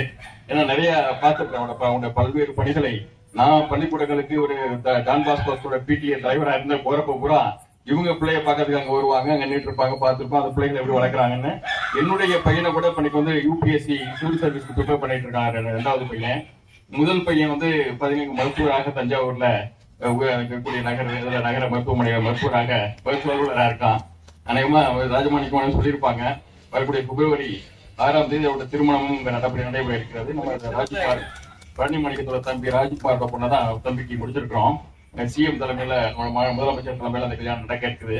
அது ஒரு பக்கம் இன்னொரு அப்படிப்பட்ட சூழ்நிலை நாங்கள் உண்மையிலே இப்படிப்பட்ட ஒரு சிறந்த ஆண்டத்தில் பார்த்தா ஐயாலாம் வேளாண் துறைக்கு எதிரையும் பார்த்தீங்கன்னா அவ்வளவு பெரிய படிகள் ஒவ்வொருத்தரும் இருக்கக்கூடிய பலரோடும் பல நேரங்கள்ல பல பணிகளில் நான் பங்கேற்றிருக்கேன். ராமதாஸ் ஐயா சொல்ல அன்னைக்கு கூட அவரை விட்டுதான் போயிட்டேன். இன்னைக்கு காலையில வெயில் அன்னைக்கு காலையில இருந்து பார்த்தோம்னாக்கா 700 குழி போட்டு முடிச்சோம். வெண்டையம்பட்டிக்கு ராயம்டாமட்டில் ஆரம்பிச்சு நவலூர் வரைக்கும். நாளைக்கு காலையில பெரிய பனை விதை நடக்கூடிய ஒரு நிகழ்வு எங்க என்சிசி மாணவர்கள் அழைத்து செஞ்சோம். அதுக்கான முன்கூட்டியே எல்லாத்தையும் ஏற்பாடுகளையும் முடிச்சு விட்டு உணவு ஏற்பாடு உட்பட எல்லாம் பண்ணி வச்சு விட்டு தான் அங்க வந்து அதை தாமதம் ஆயிடுச்சு. வந்துட்டு இல்லாட்டி உங்களோட உரைகள் இருந்ததை பார்க்க மிக அருமையா இருந்துச்சு. நான் பார்த்தேன். இன்னொரு பக்கம் பார்த்தா ஒரு மாண்டிசோரி எஜுகேஷன் என்பது பார்த்தீங்கன்னா நான் போய் வடகிழக்கு மாநிலங்கள்ல போற பார்த்தா அந்த கல்விகளை பார்ப்போம். நமக்கு நிறைய ஆக்சஸ் இருக்கு. கடந்த 10 நாட்களாக நான் வந்து இதுல எனக்கு இதுல வட மாநிலங்கள்ல இருந்தேன். குறிப்பாக எங்களுக்கு ராய்ப்பூர்னு சொல்லக்கூடிய சத்தீஸ்கர் மாநிலத்தோட தலைநகர்ல, அதுக்கு பிறகு மீரட்ல போய் முந்தானெல்லாம் பாத்தீங்கன்னா பெரும்பாலும் அங்க இருக்கிற வட இந்திய பத்திரிகையோட என்னுடைய பேட்டி என்பது அங்க வந்துச்சு. மிகப்பெரிய அளவிற்கான ஒரு அறிவார்ந்த அறிவியல் இன்னைக்கு பெரிய அளவுக்கு இன்னைக்கு தள்ளப்பட்டிருக்கக்கூடிய அறிவியல் என்றாலே அறிவு என்பதுதான் பொது அறிவு என்பதுதான் பொதுவாக இருக்கக்கூடிய தகவல் என்பதுதான் அறிவை விட ஒரு குறிப்பிட்ட பாடம்னு ஒதுக்கிட முடியாதத எல்லாவற்றை பற்றிய அறிவும் அறிவியல் தான். அது நாலேஜ் தான். இன்னைக்கு அதையே நிராகரிக்கக்கூடிய ஒரு போக்கு என்பது பாத்தீங்கன்னா அறிவியல் மாநாடுகள் நிறுத்தப்பட்டுருச்சு. அறிவியல் குழந்தைகளுக்கான அறிவியல் மாநாடு நிறுத்தப்பட்டுருச்சு. அதுக்கான ஒதுக்கீடுகள் எல்லாம் குறைஞ்சு போச்சு. இந்த சூழல இந்தியா பூரா இருக்கக்கூடிய விஞ்ஞானிகளை ஒருங்கிணைத்து ஒரு பெரிய ஒரு அறிவியல் அதுக்கான முயற்சியை எடுப்பதற்காக மீரட் நகரத்துல நேற்று ஒரு பெரிய அடிக்கல் நாட்டு விழாவில் பங்கேற்றேன். அங்க வந்து ஒரு சயின்ஸ் சென்டர் உருவாக்கி இருக்கிறோம். இந்தியா முழுவதும் ஒரு சயின்ஸ் சென்டர் வந்து பெரிய அளவுக்கு விரிவுபடுத்துவதற்கான முயற்சி அது கூட எல்லாத்தையும் பத்திரிகைகள் எல்லாம் ஷேர் பண்ணியிருந்தோம். அதே மாதிரி எங்க டெல்லியிலையும் போய் அல்லூரும் எல்லாம் அந்த அமைச்சரகம் இதுக்கெல்லாம் போயிட்டு வந்தோம். ஏன்னா இவரும் எஸ் கல்யாணசுந்தரோடைய மாமனார் பெரிய மாமனாரா இருக்கிற எஸ் கல்யாணசுந்தரம் அவர் எம்பியா இருக்கிறாரு. அவரும் வந்திருந்தாரு. அவரோட சேர்ந்து அந்த துறைகளுக்கு போய் ஒரு உலக மாநாடு அந்த ஆர்டிபிஷியல் இன்டெலிஜென்ஸ் என்று சொல்லக்கூடிய செயற்கை நுண்ணறிவு அந்த அப்ளிகேஷன் பத்தி உலக அளவிலான ஒரு பெரிய மாநாட்டை நடத்துவதற்கான முயற்சி எடுத்துக்கிறோம். அந்த மாநாட்டுக்கான உதவிகள் அங்க அரசு அந்த அமைச்சகத்துல பெறுவதற்காக அங்க போயிருந்தோம். போயிட்டு வர்றப்ப அங்கிருந்து பாக்குறப்ப இன்னொரு பெரிய ஆச்சரியம் என்னன்னு நான் நம்ம மேடத்தையும் தொடர்பு கொண்டு இது பண்ணேன். அவங்க வந்து எப்பயுமே ஏதாவது ஒரு பணியில் இருந்துகிட்டு இருப்பாங்க.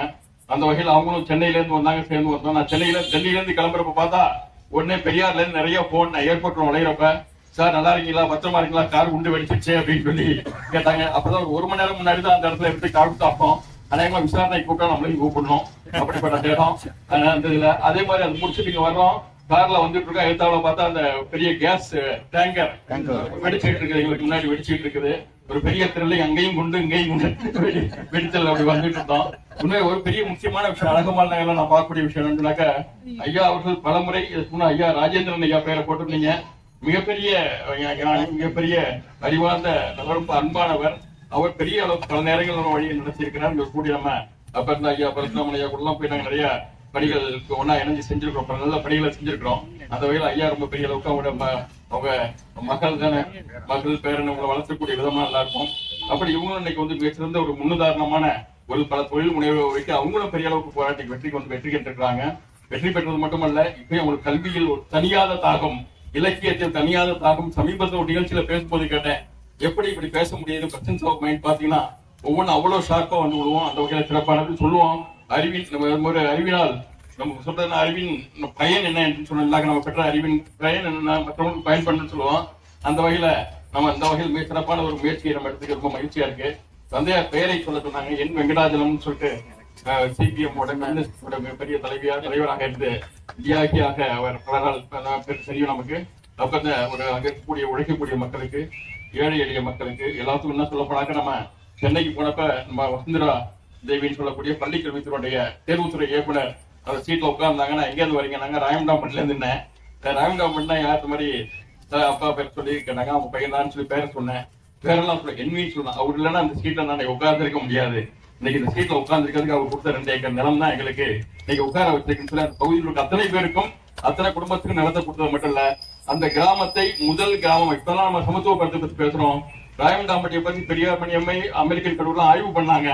அங்க பாக்குறப்ப பார்த்தா சமத்துவபுரம் அப்போதே எஸ்டாப்ளிஷ் ஆயிருக்கு. எல்லாம் கலந்துதான் வீடுகள் போயிட்டு இருப்பது. தொடர்ந்து அவங்க தான் பஞ்சாயத்து தலைவராக இருந்தாங்க.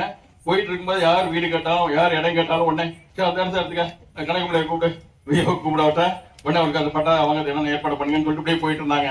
ஆனால் யதார்த்தமாக சாதாரணமா செய்வதா தெரிஞ்சுதான் இன்னைக்கு பார்த்தா ஒரு பக்கம் முதல்ல ஒரு கண்டர் வீடு இருக்கும், கோனார் வீடு இருக்கும், கவுண்டர் வீடு இருக்கும், ஒரு தலித் வீடு இருக்கும். இப்படி பார்த்தீங்கன்னா சமத்துவபுரம் என்பதை செயல் வடிவத்தில் காட்டிய ஊர் அந்த இதுல அது பெரிய ஆய்வு மூலமாக வந்து பெரிய அளவுக்கு எல்லாருமே அப்படிதான் பழகிட்டு இருக்கோம்.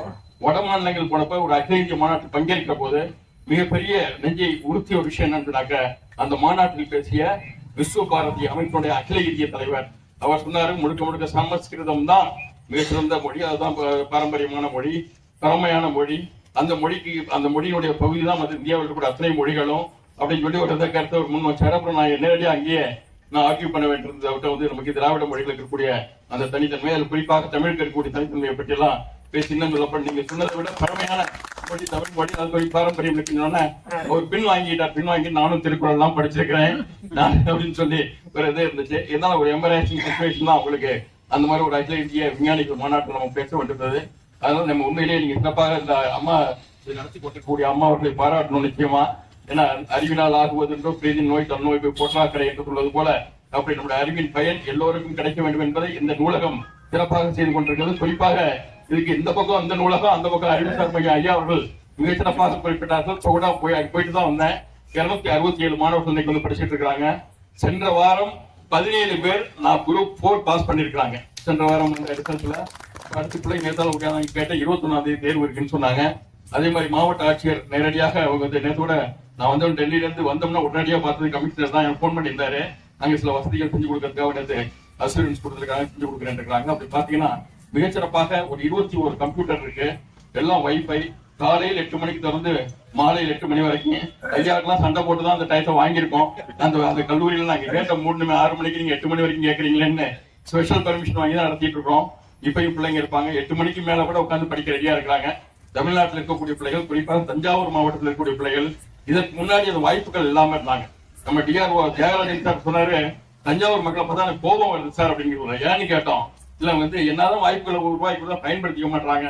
பாருங்க ரயில்வேக்கு இவ்வளவு வந்திருக்கு, இவ்வளவு போஸ்ட் கேட்கலாம், அப்ளை பண்றது ஒருத்தவங்க அப்ளை பண்ண மாட்டான்னு சொல்லி அப்புறம் அவரே என்ன பண்ணாரு, 3 லட்சம் ரூபாய் பிளாக் துலிப்னு சொல்லக்கூடிய ஒரு நிறுவனத்துல இருந்து வாங்கி கொடுத்து இந்த 3 லட்சம் ரூபாயை வச்சு இங்க வரக்கூடிய மாணவர்களுக்கு ஸ்பெஷலா கிளாஸ் எடுங்க, யாரெல்லாம் ரயில்வேக்கு வராங்கன்னு விளம்பரம் கொடுங்கன்னு சொல்லி அதுல கொடுத்து அதுல நெருக்கு ஒரு 33 பேர் தஞ்சாவூர் மாவட்டத்தை சேர்ந்தவர்கள் வேலைக்கு இன்னைக்கு தேர்வு பெற்றுக்கிறாருன்னு பார்த்தோம். மொத்தம் இந்த மையம் ஆரம்பிச்சு ஒரு வருஷத்துக்குள்ளார 167 பேர் அரசு பணிக்கு தேர்வு பெற்றிருக்காருன்னு பாக்குறோம்.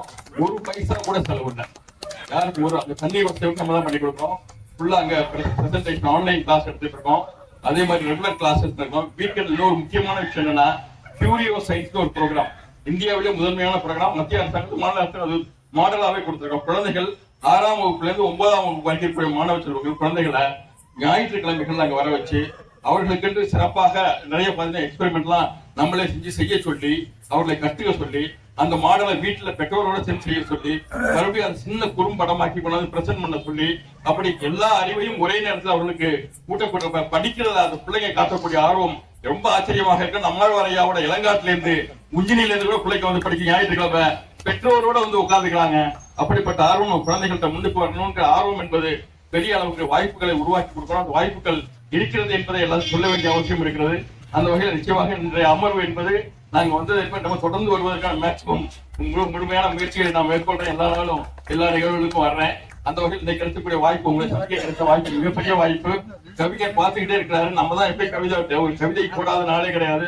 எதை பார்த்தாலும் கவிதை ஆயிடும் அவருக்கு. அந்த வகையில கவிஞர் அவர் வந்திருக்கிறாங்க. அம்மாவோட வருகை, அம்மாவோட உரை என்பது நம்ம கேட்கறது ரொம்ப முக்கியம்.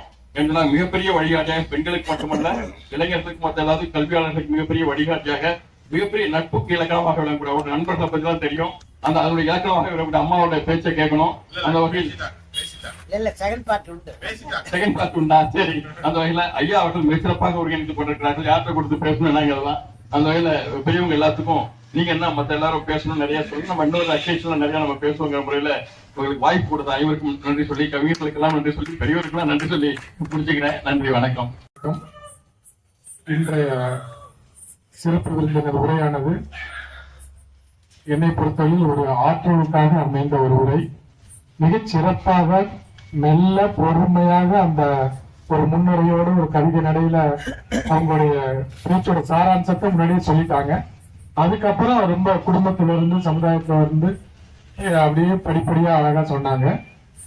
எந்த ஒரு தடங்களும் எந்த ஒரு இது இல்லாம ஒரு எப்படி ஒரு உரை இருக்கணும் அப்படிங்கறது வந்து ரொம்ப சிறப்பா பண்ணாங்க. இதுக்கு முன்னாடி 50வது நிகழ்வுல அதே மாதிரி ஒரு அம்மையார் வந்து பண்ணாங்க. ரொம்ப அவ்வளவு அருமையா இருந்ததுன்னு என்னோட நினைவுல இருக்குது. ஸோ அது போல அதை விட கூட நல்ல ஒரு சிறப்பாக நல்லாவே இருந்தது. ஸோ அந்த வகையில் சிறப்பான ஒரு உரையை கொடுத்த எங்களுடைய சிறப்பு விருந்தினருடைய மனமார்ந்த நன்றியை தெரிவிச்சுக்கிறேன். இன்னைக்கு வந்து பெண்களை பத்தி பேசுறது, பெண் விடுதலை பத்தி பேசுறதுல நிறைய பேர் வேற மாதிரி பேசுவாங்க. ஆனா அம்மாவுடைய கோணம் வந்து வித்தியாசமா இருந்தது. ரொம்ப சிறப்பாக சரியாகவும் கூட இருந்தது அந்த கோணம். சோ அந்த வகையில இன்னைக்கு ஒரு சர்ச்சையில நான் ஒரு காலையில ஒரு கவிதை எழுதியிருந்தேன் நம்மளுடைய இதுல. பொதுவாக நான் டெய்லி கல்லூரிக்கு போறேன். போகும்போது வாகனத்துல போகும்போது சில டைம் நம்மள அறியாமலேயே நம்ம ஹார்ன் அடிச்சுக்கிட்டு சீக்கிரம் முன்னாடி போகணும். ஏன்னா ஸ்கூல் டைம்ல அந்த டைம்ல இருக்கும். நம்மளும் அதே மாதிரி ஏதோ ஒரு வேகத்துல போயிருப்போம். சில டைம்ல இப்ப போகும்போது என்னன்னா நம்ம ஏன் இவ்வளவு வேகமா போறோம், எதுக்காக முந்திட்டு போகணும்னு நினைக்கிறோம். ஏன்னா போறவங்க எல்லாம் முன்னாடி பாத்தீங்கன்னா டூ வீலர்ல தான் போகக்கூடிய அவங்க ஏதோ ஒரு அலுவலகத்துக்கு போறாங்க, இல்லாட்டி பெண்கள் நிறைய பேர் போறாங்க. பின்னாடி ஒரு குழந்தை இருக்குது, ஒரு புத்தக பை இருக்குது, சீக்கிரமா பள்ளிக்கூடத்துக்கு நேரத்துக்கு போகணும் அப்படிங்கிற ஒரு எண்ணத்துல போறாங்க. அவங்க கொஞ்சம் கொஞ்சம் முன்ன பின்ன, ஏன்னா அவங்களுக்கு ஸ்கூட்டர்ல நம்மள மாரி பழக்கம் இல்ல, ஏதோ இருக்க தெரிஞ்சதை வச்சு ஓட்டிட்டு இருக்காங்க. நாம அவங்களுக்கு தொந்தரவு பண்ணிட்டு ஏன் வேகமா போகணும் அப்படிங்கிற ஒரு எண்ணத்துல உதித்த கவிதை தான் இது. முன்னே புத்தக பையும் உணவு டப்பாவும், பின்னே அழைத்தபடி மகனோ மகளோ, அடுத்த தலைமுறையின் தலையெழுத்தை மாற்ற சொல்கிறாள் ஈரொலியில் விரையும் தலைவி, அவர்களை முன்பு என்ன செய்ய போகிறேன் நான் அப்படிங்கிற அந்த கவிதை எழுதினேன். நீ நிறைய பேர் இதை பாராட்டிருந்தாங்க. எனக்கு இப்படி ஒரு இது பாராட்டு கிடைக்க நினைக்கவே இல்லை. இன்னைக்கு சாதாரணமா எழுதின கவிதை மாதிரி தான் நான் நிறைய பேர்த்து இதை வந்து ரிலேட் பண்ண முடிஞ்சிருக்குன்னு நினைக்கிறேன். அந்த வகையில இந்த ஒரு வாய்ப்பு கொடுத்த அனைவருக்கும் நன்றி கூடிய விடைபெறுகிறேன். நன்றி, வணக்கம். சொல்லிருக்கேன். உண்மையிலே சிறப்பு விருந்தினர் அம்மா வந்து நான் உட்காந்து கேட்டுக்கிட்டே இருந்தேன். இடையில வந்து நான் ஓய்வு பெற்ற பிறகு ஆசிரியர் பணியிலேருந்து இருந்தாலும் 2 முறை இடையூறு காவலில் அங்கே ஓடிட்டே இருந்தேன். ஏன்னா அடுத்த தேர்வு சமூக அறிவியல் பாடத்துக்காக என்னிடம் இருக்கிற மாணவன்லாம் தொடர்ந்து எனக்கு இதை மேப் அனுப்புங்க, மாஸ்டர் அனுப்புங்கன்னு சொல்லிட்டு இருந்தாங்க. இதெல்லாம் அனுப்பிட்டு இருந்தேன். இதெல்லாம் ஒரு பக்கம் சொன்னாலும் அந்த ஆசிரியர் மாணவர் உறவு முறை ஒரு சரியா இருந்தாதான் நீண்ட காலத்துக்கு ஆசிரியர் இருந்தாலும் இல்லாமல் இருந்தாலும் மாணவனால் பேசப்படுவாங்க. அந்த விதத்துல பார்க்கும்போது அம்மா வந்து இன்னைக்கு பேசும் பொழுது ஒரு சரியான விஷயத்த சொன்னாங்க. தனி மனித ஒழுக்கங்கிறத அதை சொன்னாங்க. மாணவர்களிடம் அதை போதிக்க வேண்டிய கடமை வந்து தார்மீக கடமை எல்லா ஆசிரியர்களுக்கும் இருக்குது, பெற்றோர்களுக்கும் இருக்கின்றது. என்னிடம் படிக்கின்ற அதிகமா மாணவர்களை விட மாணவிகளிடம் நான் வந்து அக்கறையோட ஒரு அப்பாவாக ஒரு அண்ணனாக ஆசிரியர் கடந்து நான் சொல்லி கொடுத்துட்டு இருப்பேன். அப்படி சொல்லும் பொழுது அவங்களுக்கு இருக்கின்ற தனி மனித ப்ராப்ளத்தெல்லாம் உடனடியாக செல்போன்ல தொடர்பு கொண்டு உடனடியாக அவங்க அப்பா அம்மா வர சொல்லுவேன். இதெல்லாம் நிறைய விஷயங்களுக்கு சொல்ல முடியாது சொல்லல. இப்படி எல்லாம் வந்து பாத்தீங்கன்னா நீண்ட தூர பயணத்துல பெண்களுக்கு துணையாக இருப்பது யார், வயதுல மூத்தவங்களா இருக்கிறவங்களுக்கு துணையாக இருப்பது யார், இதெல்லாம் நம்மளுக்குள்ளே ஒரு கேள்வி இருக்குது. அதை நான் ஒரு வாட்ஸ்அப்ல பார்த்தேன். அந்த செய்தியோட நிறைவு செய்ய ஆசைப்படுகின்றேன்.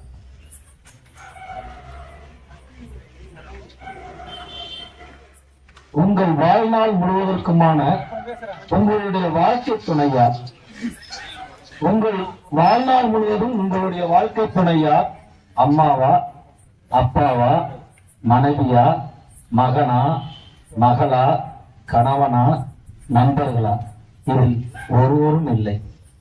உங்கள் உண்மையான வாழ்க்கை துணை உங்கள் உடம்புதான். உங்கள் உடம்பு செயல்படுவதை நிறுத்திவிட்டால் உங்களுடன் யாரும் இருக்க போவதில்லை. பிறப்பிலிருந்து இறப்பு வரை உங்களுடன் இருக்க போவது உங்கள் உடம்புதான்.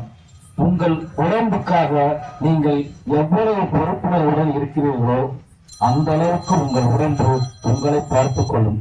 நீங்கள் என்ன உண்கிறீர்களோ, என்ன உழைப்பை செய்கிறீர்களோ, எந்த அளவுக்கு உடலுக்கு ஓய்வு தருகிறீர்களோ, மன அழுத்தத்தை எவ்வாறு கையாளுகிறீர்களோ என்பதெல்லாம் பொறுத்துதான் உங்கள் உடம்பு உங்களை பாதுகாக்கும்.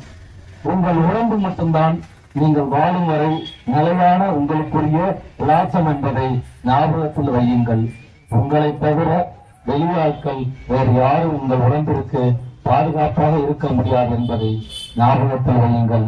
மூச்சு பயிற்சி நுரையீரலுக்கு, தியான பயிற்சி மனதிற்கு, யோகாசன பயிற்சி முழு உடம்பிற்கு, நடைப்பயிற்சி இதயத்திற்கு சிறந்த உணவு, சீரண உறுப்புகளுக்கு நல்ல எண்ணங்கள், ஆன்மாவிற்கு நற்செயல், உலகிற்கு இதை உணர்ந்து வாழ்க்கையை முறையாக வாழ்வோம். நன்றி, வணக்கம்.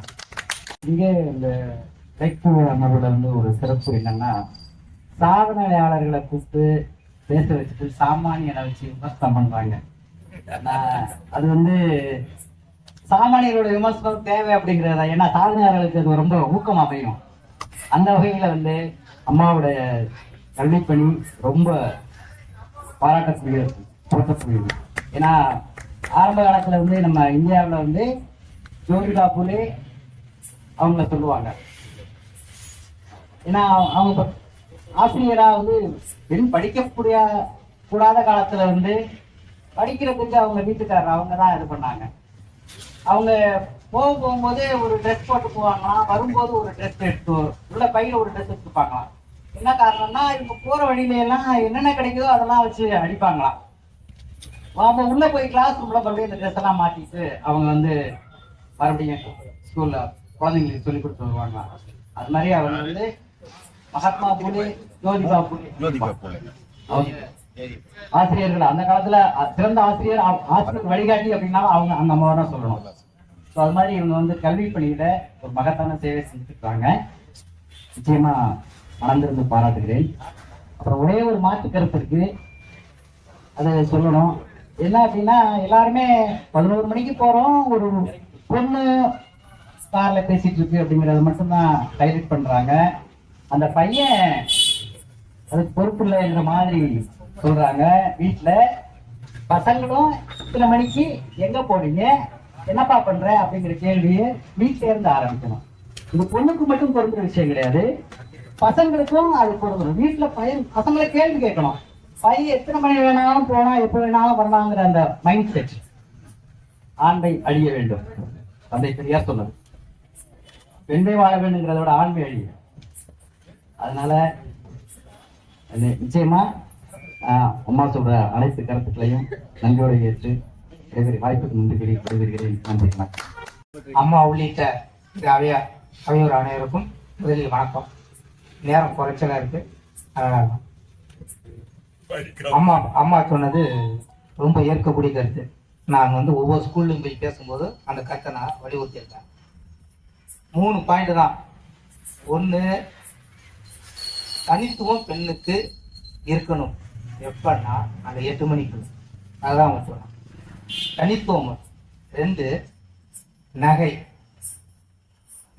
அதாவது 2 விஷயம் சொன்னாங்க அம்மா, நகையும் உடையும்.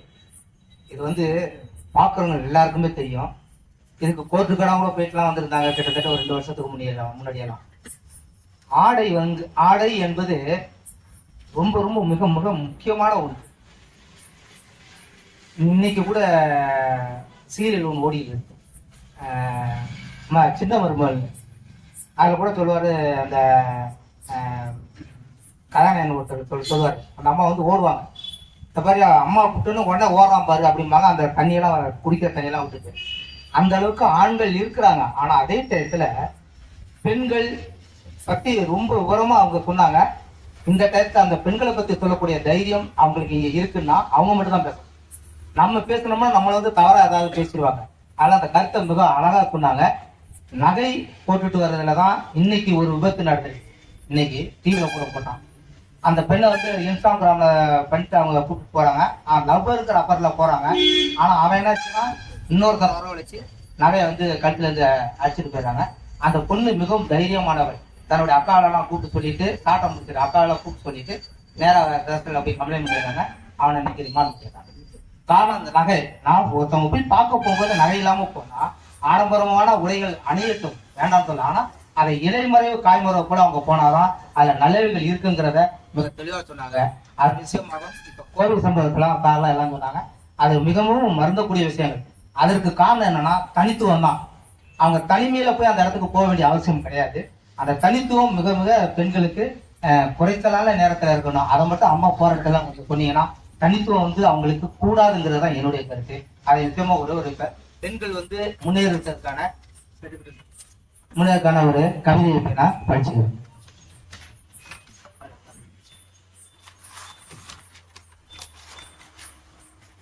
பெண்களுக்காக பாரதி சொன்ன முனைவர் சார் சொல்லிடுவாங்க, எப்பொழுதுமே அதை அடிக்கடி அது ஒரு வார்த்தையை சொல்லுவாங்க, பாரதியார் கருத்தை சொல்லிடுவாங்க. பெண்ணே வாழ்க வென்று கூத்திடு, அது அவர் ஒரு வரி சொல்லியிருப்பார்.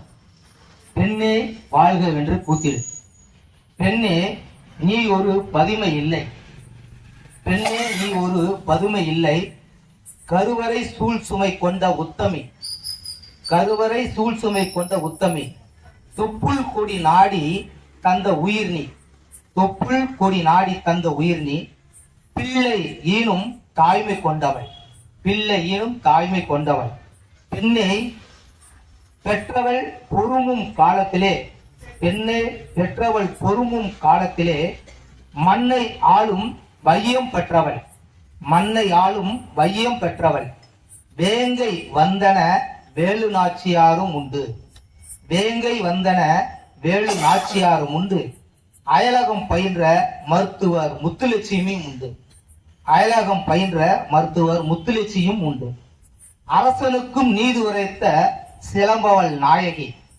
அரசனுக்கும் நீதி உரைத்த சிலம்பவள் நாயகி, அஞ்சா கண்ணகி போலிங்கே பலருண்டு, அஞ்சா கண்ணகி போலிங்கே பலருண்டு, அக்கால குறுகவி விடை சொல்லும் ஔவையுமாம், அக்கால குறுகவி விடை சொல்லும் ஔவையுமாம், இக்காலம் சொல்லேந்தி பறையாற்றும் பெண் உண்டு, இக்காலம் சொல்லேந்தி பறையாற்றும் பெண் உண்டு, செல்லம்மா பாரதி கண்ட புதுமை பெண், செல்லம்மா பாரதி கண்ட புதுமை பெண், சொக்கனாக வளவரும் வாகை வீரப்பெண், நங்கையென மங்கையென நாடி வரும், நங்கையென மங்கையென நாடி வரும், நாணமற்ற நங்கனாய் நல்கவனை உணர்ந்து விரட்டுபவள்,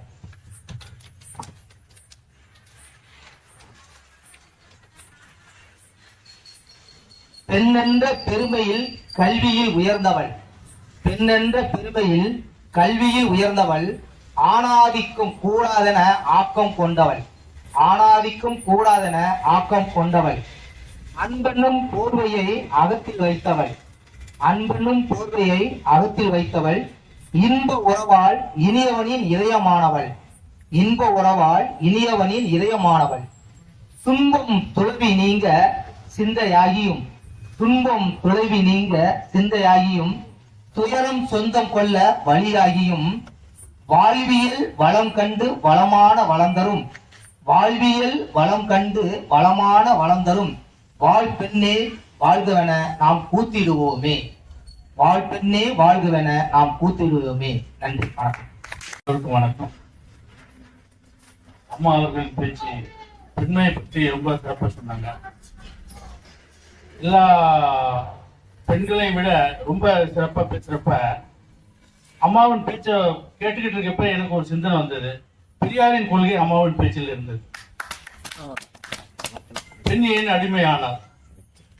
தந்தை பெரியார் பெண்களுக்கு என்னென்ன செஞ்சிருக்காருன்னு எல்லாருக்கும் தெரியும். நான் ஒன்றும் சொல்லி உங்களுக்கு அவசியம். அடுப்போது பெண்களுக்கு படிப்பதற்கு என்று சொன்னவர்.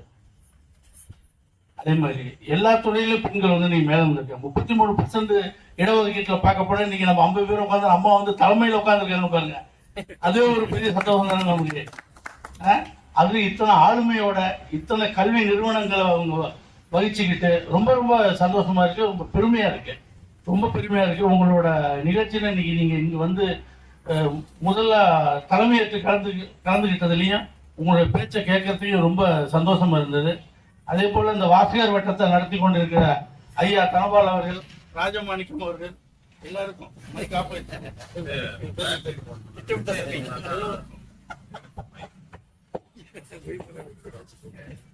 எல்லோருக்கும்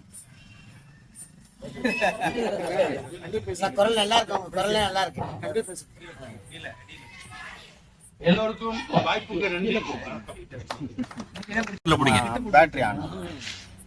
சிறப்பு விருந்தினர் உள்ளிட்ட அவைக்கு என்னுடைய இனிய வணக்கம். மேடம் பேசும்போது அவங்களுடைய பேச்சு ரொம்ப பாட்டமா அமைதி அன்பானவர்களே என்று சொல்லும்போது நமக்கு கவனம் கொடுது. நல்ல கருத்து, ரொம்ப கேட்கறதுக்கு ரொம்ப அருமையா இருந்துச்சு. அதனால அவங்களுக்கு என்னுடைய பாராட்டுகள். அடுத்து பெண் உரிமை, பெண் வளர்ச்சியை பத்தி பேசும்போது அரசு நிறைய நடவடிக்கை எடுக்கிறாங்க. அதுல டிரான்ஸ்பரன்சி இன்னும் இருக்கணும். சும்மா சொல்றதோட மட்டும் இல்லாம சட்டங்களை நடைமுறைப்படுத்துறதுலயும் வந்து இருந்தா தான் பெண்களுக்கு நம்பிக்கை கூடும், அவங்களும் தன்னை திருத்திக்கணும். அதெல்லாம் மேடம் சொன்னாங்க. இந்த அளவுல நேரத்தை நிரம்பி தெரியும். நான் கிட்ட வச்சு சுருக்கமா சொல்லிக்கிறேன். எல்லாருமே பெண்களை பத்தி அந்த குறிப்பிட்ட தீவிர பத்தி தான் சொல்லிருக்கிறேன். ஆளுங்கட்சி எதிர்கட்சி இவங்களை பத்தி சொல்றேன் தவிர, அரசு நடவடிக்கை எடுத்து அது சொல்றேன். தனி மனித ஒழுக்கத்தை எத்தனை பேர் பேசணும்?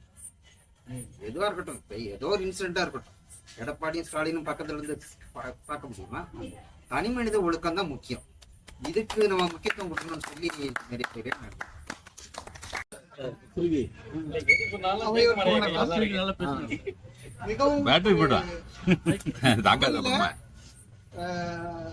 எல்லாரும் பேச தயங்குற ஒரு கருத்தை மிகவும் துணிச்சலா பேசி அமைந்திருக்க பாரதி கண்ட புதுவை பெண்ணை நடுவரா அமர்ந்த மாதிரி நாங்க அதை கேட்கும்போது மிக மகிழ்ச்சியா இருந்தது. ஏன்னா அது மூடி மறைச்சுதான் பேசுவாங்க, வெளிப்படையா பேசுறதை பார்க்கும்போது ரொம்ப அற்புதமா மிகவும் துணிச்சலாகவும் இருந்தது. ரொம்ப மகிழ்ச்சி.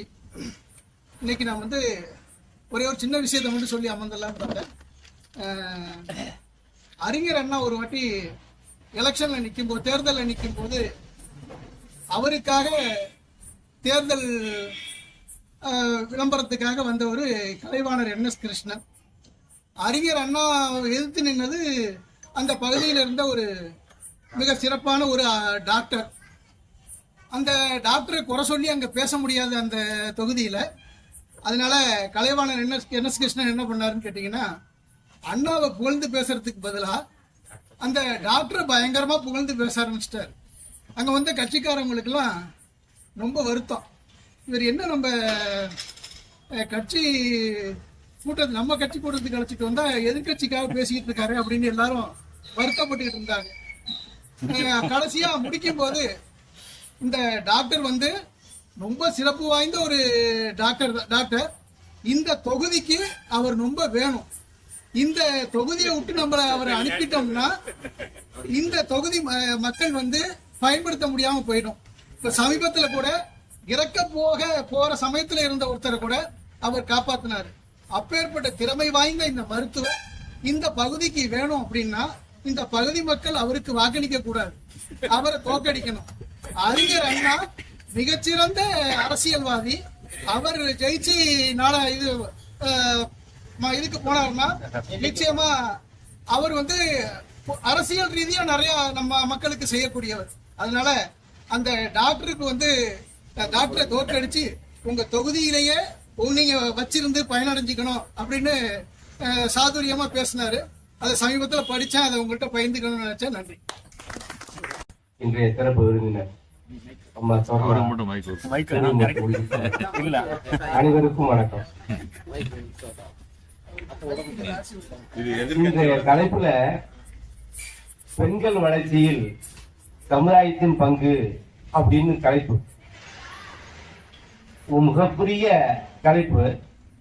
அம்மா அவர்களுக்கு நான் சில விஷயம் சொல்ல விரும்புகிறேன். கிட்டத்தட்ட 15 ஆண்டு காலம் மார்ச் 8 இருந்தால் என்ன அப்படி என்பதை நான் பணியாற்றிய தொலைபேசி துறையிலே மணமன் மன்ற செயலாளர் பணியாற்றிய போது அந்த மகளிர் தினத்தை 15 ஆண்டுகளாக தொடர்ந்து வெற்றிகரமாக நடந்தது மட்டுமல்லாமல் பெண் பாய்ச்சியாளர்களை உருவாக்கிய அந்த மகிழ்ச்சியில் உங்கள் முன் இருக்கிறேன். எடுத்தவுடன் ஒரு பாடல் சொன்னாங்க பாருங்க.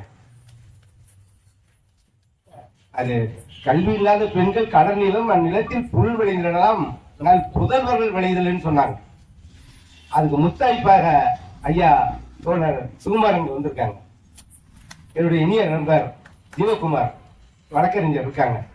இந்த 2 பேரும் தோழர் NV தஞ்சை மாவட்டத்தின் சமத்துவ போராடி பெற்றெடுத்த 2 பேர். அதுதான் புதல்வர்கள். NV அவர்கள் கொலை செய்யப்பட்டிருக்கிறவர்கள் வரலாற்றுல படிச்சு பார்த்தீங்கன்னா சமத்துவம் என்ற மேலத்தஞ்சை பாகத்துக்கு சமத்துவம் வேண்டும் என்று போராடிய ஒரு பொதுவுடைமை போராடி என்பது பதிவு செய்யப்பட்டிருக்கிறது. அது ஒன்றுதான் தலைவர்கள் உருவாக வேண்டும் என்று நான் நினைத்துக் கொண்டிருப்பேன். அதுக்கு அடுத்து அண்மையில எங்களுடைய அகில இந்திய மாநாடு கேரளாவில் எர்ணாகுளம் கொச்சியில் நடைபெற்றது. அங்கே அதை குறிப்பிடுவதற்கு காரணம், ஒரு நாள் காலையிலும் தொடங்கி இரவு 9 மணி வரையில் அந்த பகுதியெல்லாம் சுற்றி பார்க்கிற வாய்ப்பு மட்டும் போது அங்கே கேரள பெண்கள் மேலாண்மை துறையிலே எல்லா இடத்திலும் மேலோங்கி நிற்கிறார்கள் என்பதை நான் நேராக கண்காணித்து வந்திருக்கின்றேன். அதுக்கு காரணம் பெண் கல்வி. அதே போன்று தமிழகத்தில் எத்தனையோ பெண்கள் முன்னேற்றம் அடைந்திருக்கின்றார்கள். அம்மாவை வச்சு நான் சொல்றது பெருமை நினைக்கிற ஒரு துறையினர்னா நமது பிரமானந்தா அவர்களை சாகும் வரை சிறையில் இருந்து சாகரிக்க வேண்டும் என்ற நல்ல எண்ணத்தோடு பெண்களுடைய முன்னேற்றத்துக்காக வழக்கறிஞராக பாடிப்பட்ட பத்மினி சேஷத்துறையை நான் இந்த சமயத்தில் நினைத்து பார்க்கிறேன். அது மட்டும் இல்லாமல் அண்ணா பல்கலைக்கழகத்திலே அங்க மாணவியை பாலியல் பலாத்காரம் செஞ்ச அந்த தீர்ப்பை வழங்கிய ராஜலட்சுமி அவர்களையும் நினைத்து பார்க்கிறேன். தேவ பெண்கள் விளக்கின்றார்கள். பெண்களுக்கு கல்வி கொடுக்க வேண்டும், சட்ட கல்வியும் கொடுக்க வேண்டும். அப்பொழுதுதான் பெண் சமுதாயம் முன்னேறும் என்பது என்னுடைய கருத்து. அந்த வகையில இந்த தலைப்பு ஒட்டி பல்வேறு விஷயம் சொன்னாங்க. கல்வியுடைய பெண்கள் திருந்திய கலைஞன்னு சொன்னவர் அந்த பாவேந்தர் பாரதிதாசன். அந்த திருந்திய கலைஞராக பெண்ணுக்காக வாதாடாமல் பெண் இப்படி இருக்க வேண்டும் என்பதற்கு ஒரு அறிவுறுத்தல் எங்களுக்கு ஒரு பெண்கள் அரங்கத்தில் ஒரு மகளிர் அரங்கத்தில் வாய்ப்பு கிடைக்கின்ற போது அம்மா அவர்களை சிறப்பு அழைப்பதற்கு இன்று நான் திட்டமிட்டிருக்கிறேன் என்பதை சொல்லி நேரத்தின் அருமைக்கிறது. ஒரு விஷயம், பெண் எவ்வளவு முக்கியமான விஷயம் உள்ளது சொன்னா, இந்த ஐயா ஒருத்தர் சொன்னாங்க தனி மனித ஒழுக்க வேண்டும் என்று. பள்ளி பாட புத்தகங்களில் சரி, பாட வேலைகளில் இருக்கின்ற ஒரு நல்லொழுக்க கல்வி என்ற ஒரு கல்வி தமிழகத்தில் பழங்காலத்திலிருந்து இருந்து கொண்டிருந்தது. அந்த நல்லொழுக்க கல்வியை பயின்றவர்கள் தான் இங்க அமர்ந்திருக்கிறார். இந்த அழகாமங்கால் இருக்கிற அந்த வாசர் வட்டம் இலக்கிய வட்டமாகி இலக்கிய சுற்றமாக மாறி இருக்குது என்று அடிக்கடி நான் சொல்லுவேன். அந்த வகையில் இப்போது தந்தை இழந்தால் அறிவு போகும், தாய் இழந்தால் அன்பு போகும், உடன் பிறந்தால் இழந்தால் வலிமை போகும், மனைவி போனால் எல்லாமும் போகும் என்று நமது இலக்கிய நூல்கள் நமக்கு நல்லொழுக்கத்தை கற்றுத் தந்திருக்கிறது. அதை இளைய தலைமுறைக்கு கொண்டு செல்வது மகத்தான கடமை என்று சொல்லி வாய்ப்புக்கு நன்றி விடைபெறுகிறேன். நன்றி, வணக்கம். இலக்கிய ஆர்வலர் சந்திப்பு 72வது வார விழாவில் தலைமையேற்று இங்கே பல சொற்பொழிவுகளை ஆற்றியுள்ள திருமதி சொர்ணா சூரியமூர்த்தி அவர்களை வணங்கி இந்த நிகழ்வினை தொடர்ந்து நடத்தி கொண்டிருக்கும் ஒருங்கிணைப்பாளர்கள், தலைவர்கள் உள்ளிட்ட அனைவரையும் மேற்கொண்டு இங்கே இந்த விழாவினை சிறப்பாக 72வது வார வரை கொண்டு செல்லக்கூடிய பல அறிஞர்கள் இங்கே குழுமிருக்க அறிஞர்களின் சொற்பொழிவுகளை கேட்க வந்து கொண்டிருக்க நானும் ஒருவனாக இங்கே வந்து கொண்டிருக்கின்றது சொல்வதில் நான் பெருமகிழ்ச்சி அடைகிறேன். பெண்கள் முன்னேற்றத்தில் சமுதாயத்தின் பங்கு நிறையவே இருக்கு, நிறைய வந்திருக்காங்க. இப்போ சமீப காலத்தில் நம்ம ஒரு இது எடுக்கிறோம்னாக்கா, நம்ம ஆப்ரேஷன் சிந்தூர் அப்படின்ற ஒரு இதில் அந்த பாகிஸ்தானுக்குள்ள போய் அந்த ஃப்ளைட்டை இது பண்ணி அந்த முகாம் அழிச்சு அந்த மிகப்பெரிய தூரங்களில் அழித்ததில் அந்த பெண்களினோட பங்கு மிக சிறப்பாக செயல்பட்டு இருக்காங்க அப்படின்றது யாருக்கும் இந்த தடை இல்லை. அப்படிலேன்னு சொல்லும் போது பார்த்தீங்கன்னா நம்ம கடலத்தில் அஞ்சலி அம்மாள், அப்புறம் வேலுநாச்சியார், இவங்க எல்லாருமே வந்து நல்லாவே சிறப்பாக யாரும் எந்த தடையும் இருக்கதா எனக்கு ஒன்றும் தெரியல. இருந்தாலும் இன்னைய காலகட்டத்தில் செல்போனோட விளைவுனால நிறைய எதிர்வினைகள் நிறைய வந்து கொண்டிருக்கிறது. அதை கொஞ்சம் நெறிப்படுத்தி கொண்டால், ஆடைகள் நெறிப்படுத்தி கொண்டால் நல்லா இருக்கும் அப்படின்றது என்னோட நன்றி. தலைவர் உள்ளிட்ட அனைத்து சான்று மக்களுக்கும் முதற்கண் வணக்கத்தை தெரிவித்துக் கொள்கிறேன். தலைமை உரையில் மிக சிறப்பாக உரையாற்றினார்கள். அவர்கள் உரையை நான் இது 4வது முறையாக கேட்டு முதல் முறையாக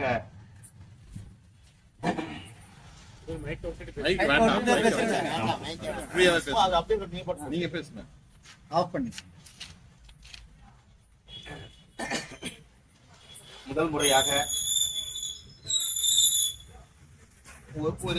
ஒரு பகுத்தறிவாளர் கூட்டத்திலும், 2வது முறை ஒரு பகுத்தறிவு கூட்டத்திலும் அவர்களுடைய உரையை கேட்டேன். 3வது முறை பெரியார் மணியம்மை பல்கலைக்கழகத்தில் ஆசிரியர் அவர்கள் தலைமையில் ஒரு பெரியார் உலகம் என்ற நிதி அளிப்பு விழாவில் மிக சிறந்த உரையாற்றினார்கள்.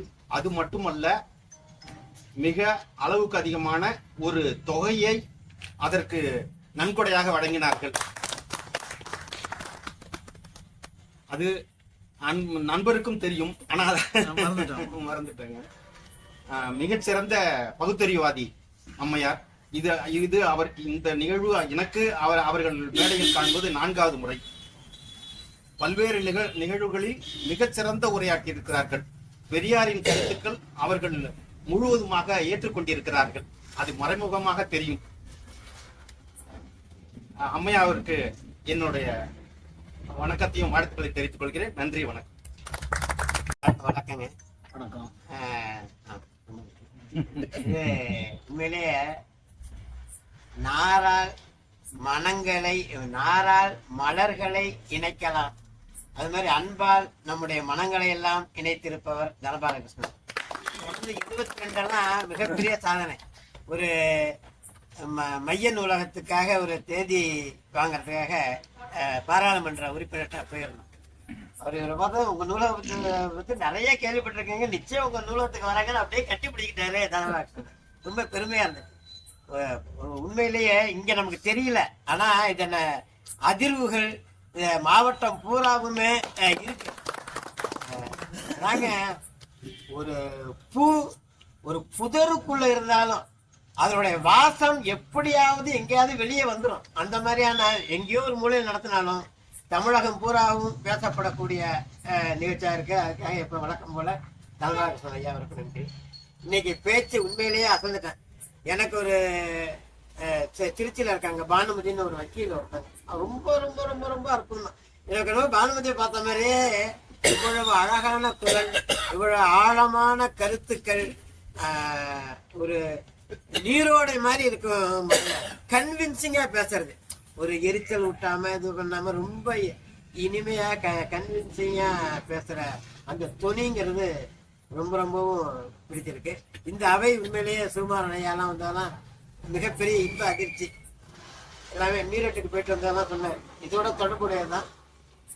அதான் அங்க விஸ்வ இந்து பரிசுத்து ஒரு பேசுனதெல்லாம் சொன்னாங்க.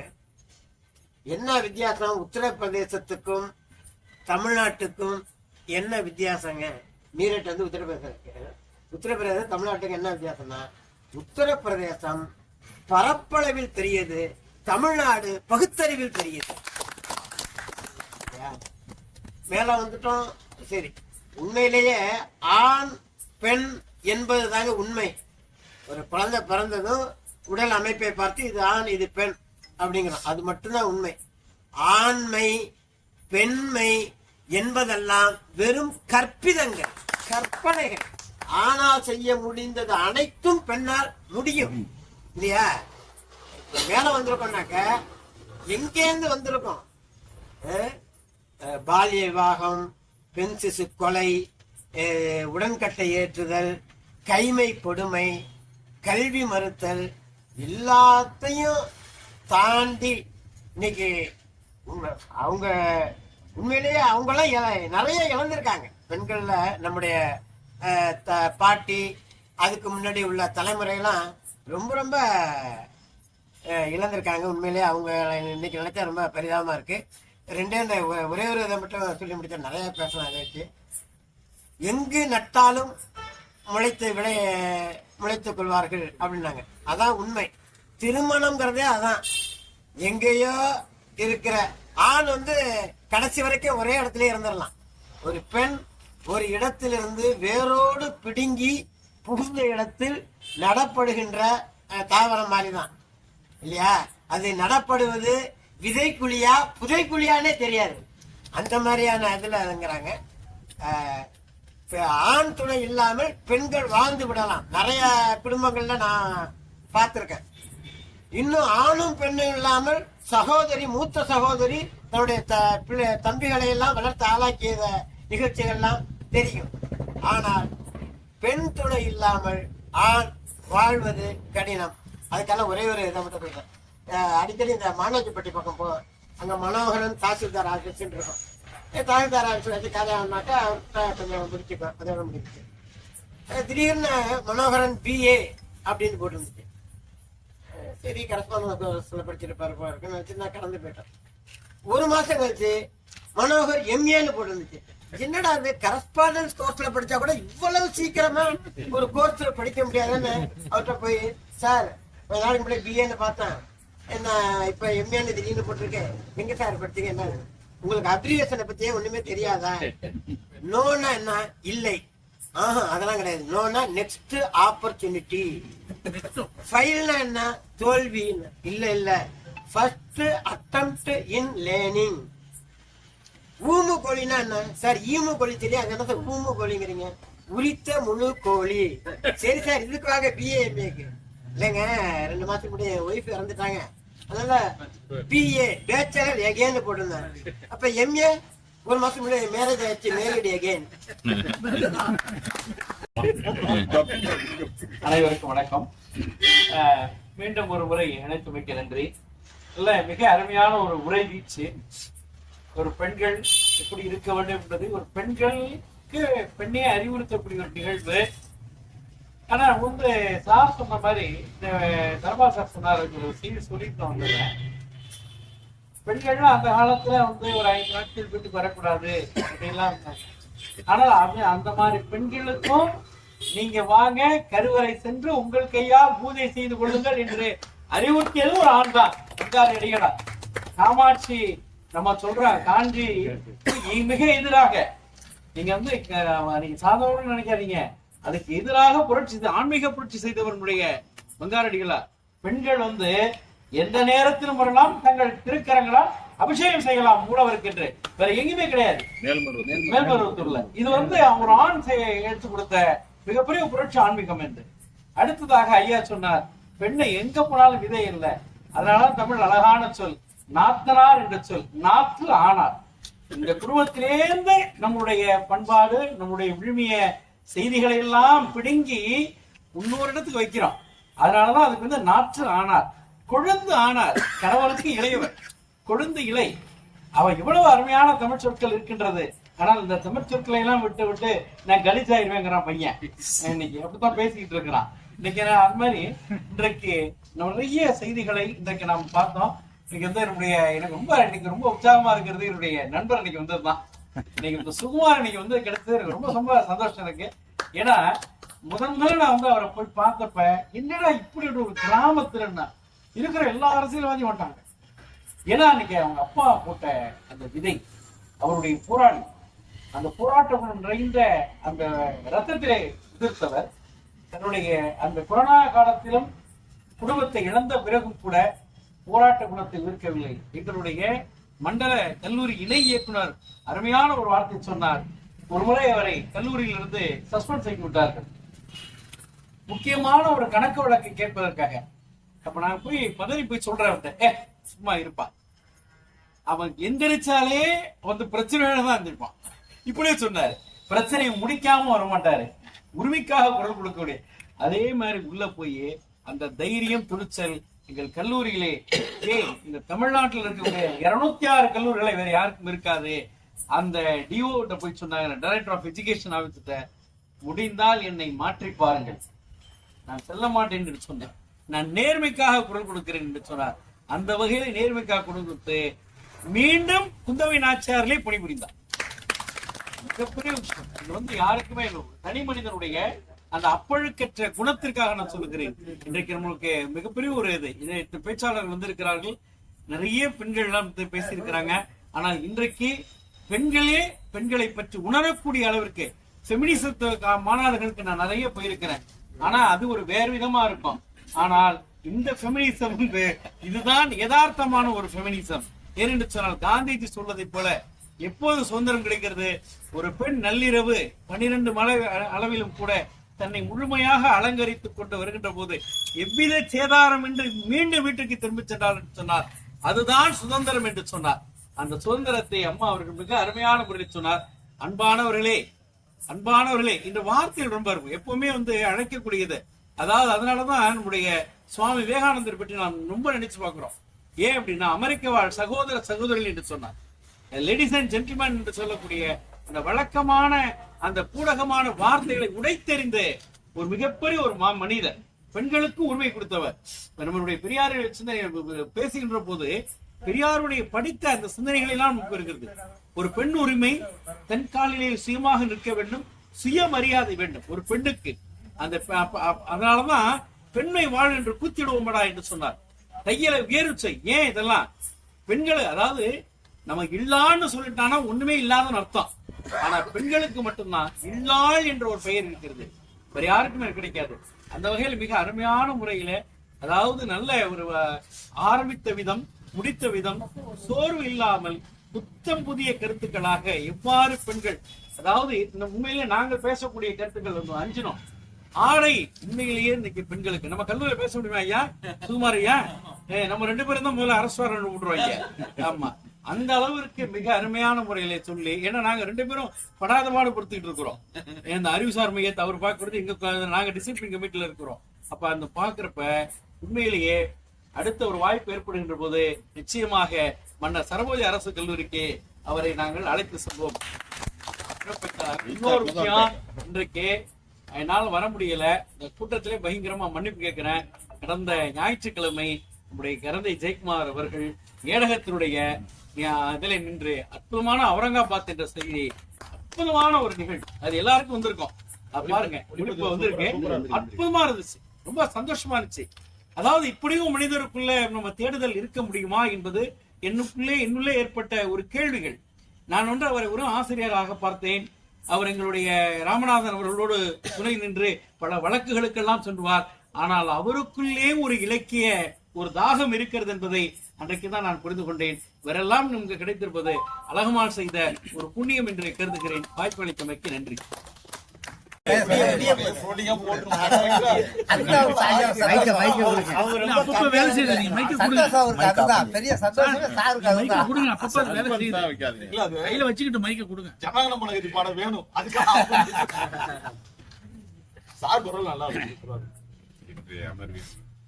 தலைமை உள்ளிட்ட அமர்வுக்கு எனது வணக்கத்தை முதலில் தெரிவித்துக்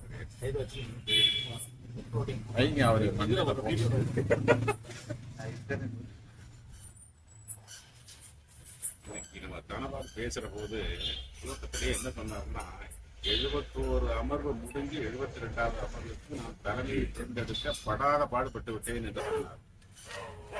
இதுவரையில் இப்படி ஒரு நிகழ்வு நடந்ததாக சரித்திரமே இல்லை. ஆனால் இந்த நேற்று மட்டும் நான் அவ்வளவு கஷ்டப்பட்டு விட்டேன் என்று சொன்னார். அந்த வார்த்தை கேட்கிற போது உண்மையிலேயே மனசுக்கு ரொம்ப கஷ்டமா இருந்தது. இப்படியாப்பட்ட நேரத்தில் நண்பர் இந்துமணி ஒரு அருமையான தலைமையை தேர்ந்தெடுத்து அவரிடம் சொல்லி அதன் மூலமாக இந்த தலைமையின் உரையை கேட்கக்கூடிய ஒரு நல்ல வாய்ப்பு நமக்கெல்லாம் கிடைச்சிருக்கு. அந்த வகையில முதல் நன்றி நமது நண்பர் இந்துமணிக்கு. செயல்பாட்டுக்கு கொண்டு வந்த தலைவர் தனபாலகிருஷ்ணனுக்கு 2வது நன்றி. 3வதாக சொன்னாலும் கூட தலைமை பேசிய பேச்சில் அலங்கார வார்த்தைகள் இல்லை, ஆடம்பரம் இல்லை. எவ்வளவு அமைதியாக, எவ்வளவு பொறுமையாக, ஒவ்வொரு வரியும் பொன்னெழுத்துக்களால் போற்றப்பட வேண்டியவை, வைர வரிகள் என்று சொல்லக்கூடிய அளவுக்கு அவருடைய பேச்சுக்கள் அவ்வளவு சிறப்பாக இருந்தது. நிச்சயமாக நான் சொல்லுகிறேன், நாளை காலையில ஜெயக்குமார் சார் போட்டுருவாங்க, வாட்ஸ்அப்ல வந்துடும். ஒரு நாளைக்கு குறைஞ்சது நான் 2 முறையாவது கேட்பேன். அவ்வளவு அருமையான வார்த்தைகள். அந்த வார்த்தைகள் எல்லாம் வாழ்நாளில் மறக்கவே முடியாத வார்த்தைகளாக மேடம் பேசினாங்க. அது இதுவரைக்கும் நான் மேடம் பேச்ச கேட்டதும் இல்லை, அவங்கள பார்த்தது கூட இல்லை. இன்னைக்குதான் பார்க்குறேன், இன்னைக்குதான் கேட்குறேன். இனி இவங்க எங்கேயாவது பேசி அதுக்கு அந்த கருத்துக்கள்லாம் கிடைச்சதுன்னா நான் பல முறை கேட்கணும்னு ஆசைப்படுறேன். மேடம், உங்களுடைய பணி தொடரணும், நீண்ட நாள் நெடிய நாள் அதுக்காகவே நீங்க வாழணும் அப்படின்னு நான் ஆசைப்படுறேன். அடுத்து நான் நம்ம சுகுமார் சாரை பத்தி பேசாம வெளியில போனேன்னா மனசாட்சி என்ன குத்தும். ஏன்னா என்னுடைய பேரன் ஒரு வேர்ல்ட் ரெக்கார்டுக்கு செலக்ட் ஆகிற கூடிய ஒரு நிலையில 4 ஜட்ஜு, அந்த ஜட்ஜுல சாரும் ஒருத்தர். ஓட்டல் ராக்ஸ்ல தான் நடந்தது. அவங்களுடைய பணி உண்மையிலேயே சொல்றேன், அது ஒரு பொது தொண்டுக்குன்னே பிறந்தவங்க தான் சுகுமார் சார். மற்றவங்களுக்காக உழைக்கிறதுக்கே பிறந்தவங்க. எவ்வளவு கடுமையான சூழ்நிலை தனக்கு இருந்தாலும் மற்றவங்களுக்கு உதவி செய்யணுங்கிற ஒரு நல்ல மனப்பக்கம் உள்ள ஒரு மா மனிதர். அப்படியாப்பட்ட மனிதர் இன்றைக்கு இந்த அமர்வுக்கு வந்து பேசியதை உண்மையிலேயே வந்து இந்த அமர்வு இந்த அழகமாள் நகர் குடிப்பினரான்னு தான் நான் சொல்லுவேன். அவங்க பேசுனதுங்கிறது ரெண்டாவது. அவங்க வருகைக்கான ஒரு வாய்ப்பை நாங்கள் கொடுத்தோம், அவங்க பேசினார்கள். அதுக்காக வேண்டிய சுகுமார் சாருக்கு எங்களது அமர்வின் மூலமா எங்களது அழகமாள் நகர் நூலக வாசகர் வட்டத்தின் சார்பாக நெஞ்சார்ந்த நன்றியை தெரிவித்துக் கொள்கிறோம். அடுத்து ஒவ்வொருத்தரை பத்தி ஏதாவது சொல்லிதான் ஆகணும். இப்ப நான் வந்து இதுவரைக்கும் தான் இந்துமணி மட்டும்தான் வந்து நகைச்சுவையில சிறப்பா இருப்பார்னு நினைச்சேன். இன்னைக்கு நம்ம காம்படிஷனுக்கு சகோதரர் தாஜ்வால் அவர்கள் சொன்ன கருத்து உண்மையிலேயே சொல்றேன். அதாவது BA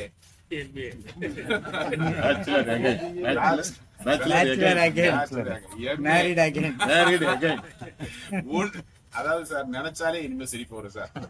நினைச்சல உங்களை நினைச்சாலே சிரிப்பு வரும். அதனால இனிமே யாராவது BA MA கேட்டா இல்ல, இதெல்லாம் உண்மையிலேயே sir presence of mind sir. அதாவது இந்த கருத்து அதை கோயின்சைட் பண்றாங்க பாருங்க, அதெல்லாம் வந்து ஒரு என்டர்டைன்மெண்ட், அவ்வளவுதான். நண்பர் வந்து எப்போதுமே அடிப்பாரு, அவர் அரட்டை அரங்கத்திலேயே அடிப்பாரு, இங்கேயும் அடிப்பாரு. அதை நாங்க கேட்டு கேட்டு பழகி போச்சு. இப்போ நான் எப்படியும் வாரத்துக்கு ஒரு நாளாவது ஒரு பேச்சை நான் அரட்டை அரங்கத்துல கேட்டுருவேன். ரொம்ப சுவாரஸ்யமா பேசு. சில இடத்துல பாத்தீங்கன்னா பயங்கரமா பேசுவார், எங்க அதுல 10ல் 1 கூட பேசல, அவ்வளவு அம்சமாக பேசக்கூடியவர். அது போல நிகழ்வு சந்திச்சிருக்கோம்.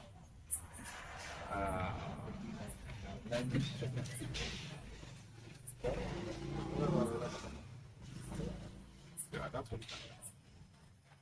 மற்றபடி எல்லாரும் சொல்லலாம், நிறைய பேச வேண்டியிருக்கு.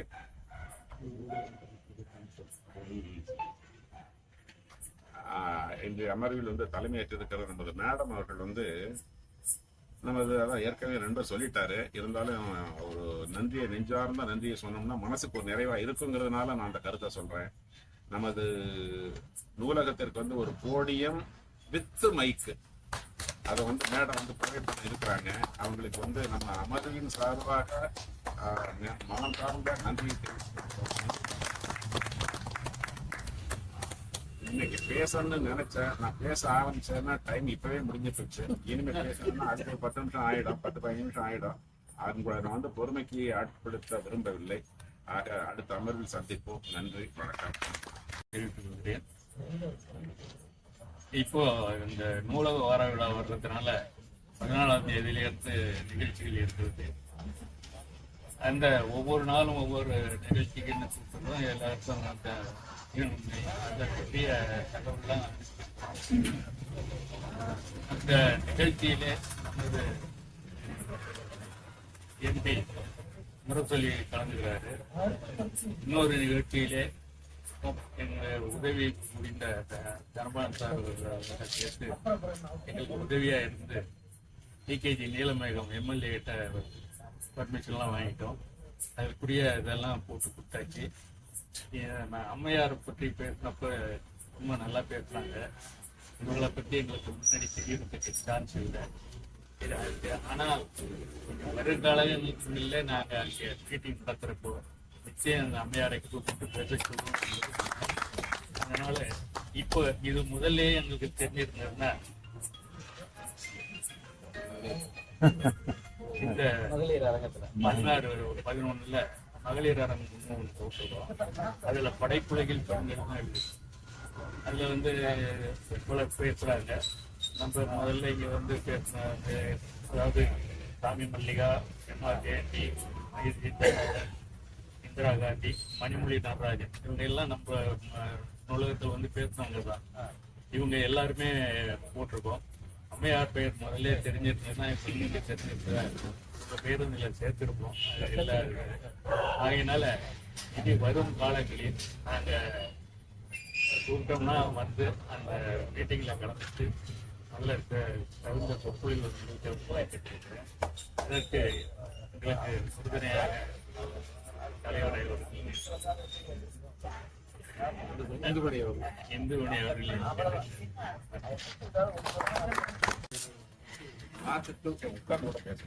உட்கார்ந்து ரிலாக்ஸா பேசுங்க. அவங்க யூடியூப் அரச மரத்தின் கீழ் அமர்ந்திருக்கும் ஆளுமை மிக்க ஆலமரங்களின் ஆலோசனைகளையும் அன்பு சார்ந்த கருத்துக்களையும்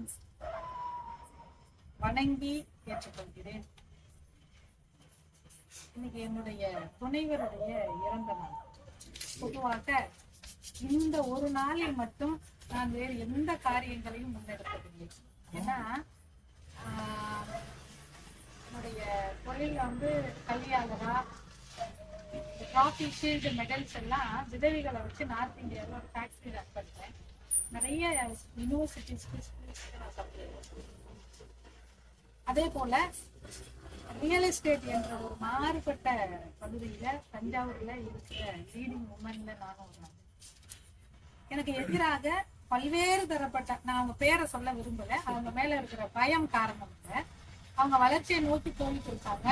என்னுடைய கருத்துக்களால எந்த வகையிலையும் அவங்க பாதிச்சிடக்கூடாதுங்கிறதுனால நான் அவங்க பேரை சொல்றேன். அவங்க வளரணும். அது அந்த மாதிரி பல்வேறுபட்ட நெருக்கடிகள் எல்லாம் நான் பார்த்துருக்கேன். ஆனா கல்வித்துறையில எப்படி இருக்கேனோ அதே மாதிரிதான் என்னோட கன்ஸ்ட்ரக்ஷன் ஃபீல்ட்லயும் சரி, ரியல் எஸ்டேட்லயும் சரி இருக்கேன். நான் பேச்சுலர் ஆஃப் லா முடிச்சது கோர்ட்டுக்கு போறதுக்காக இல்ல, நான் ஏதேனும் தவறு செய்து விடக்கூடாது அப்படிங்கிறதுக்காக.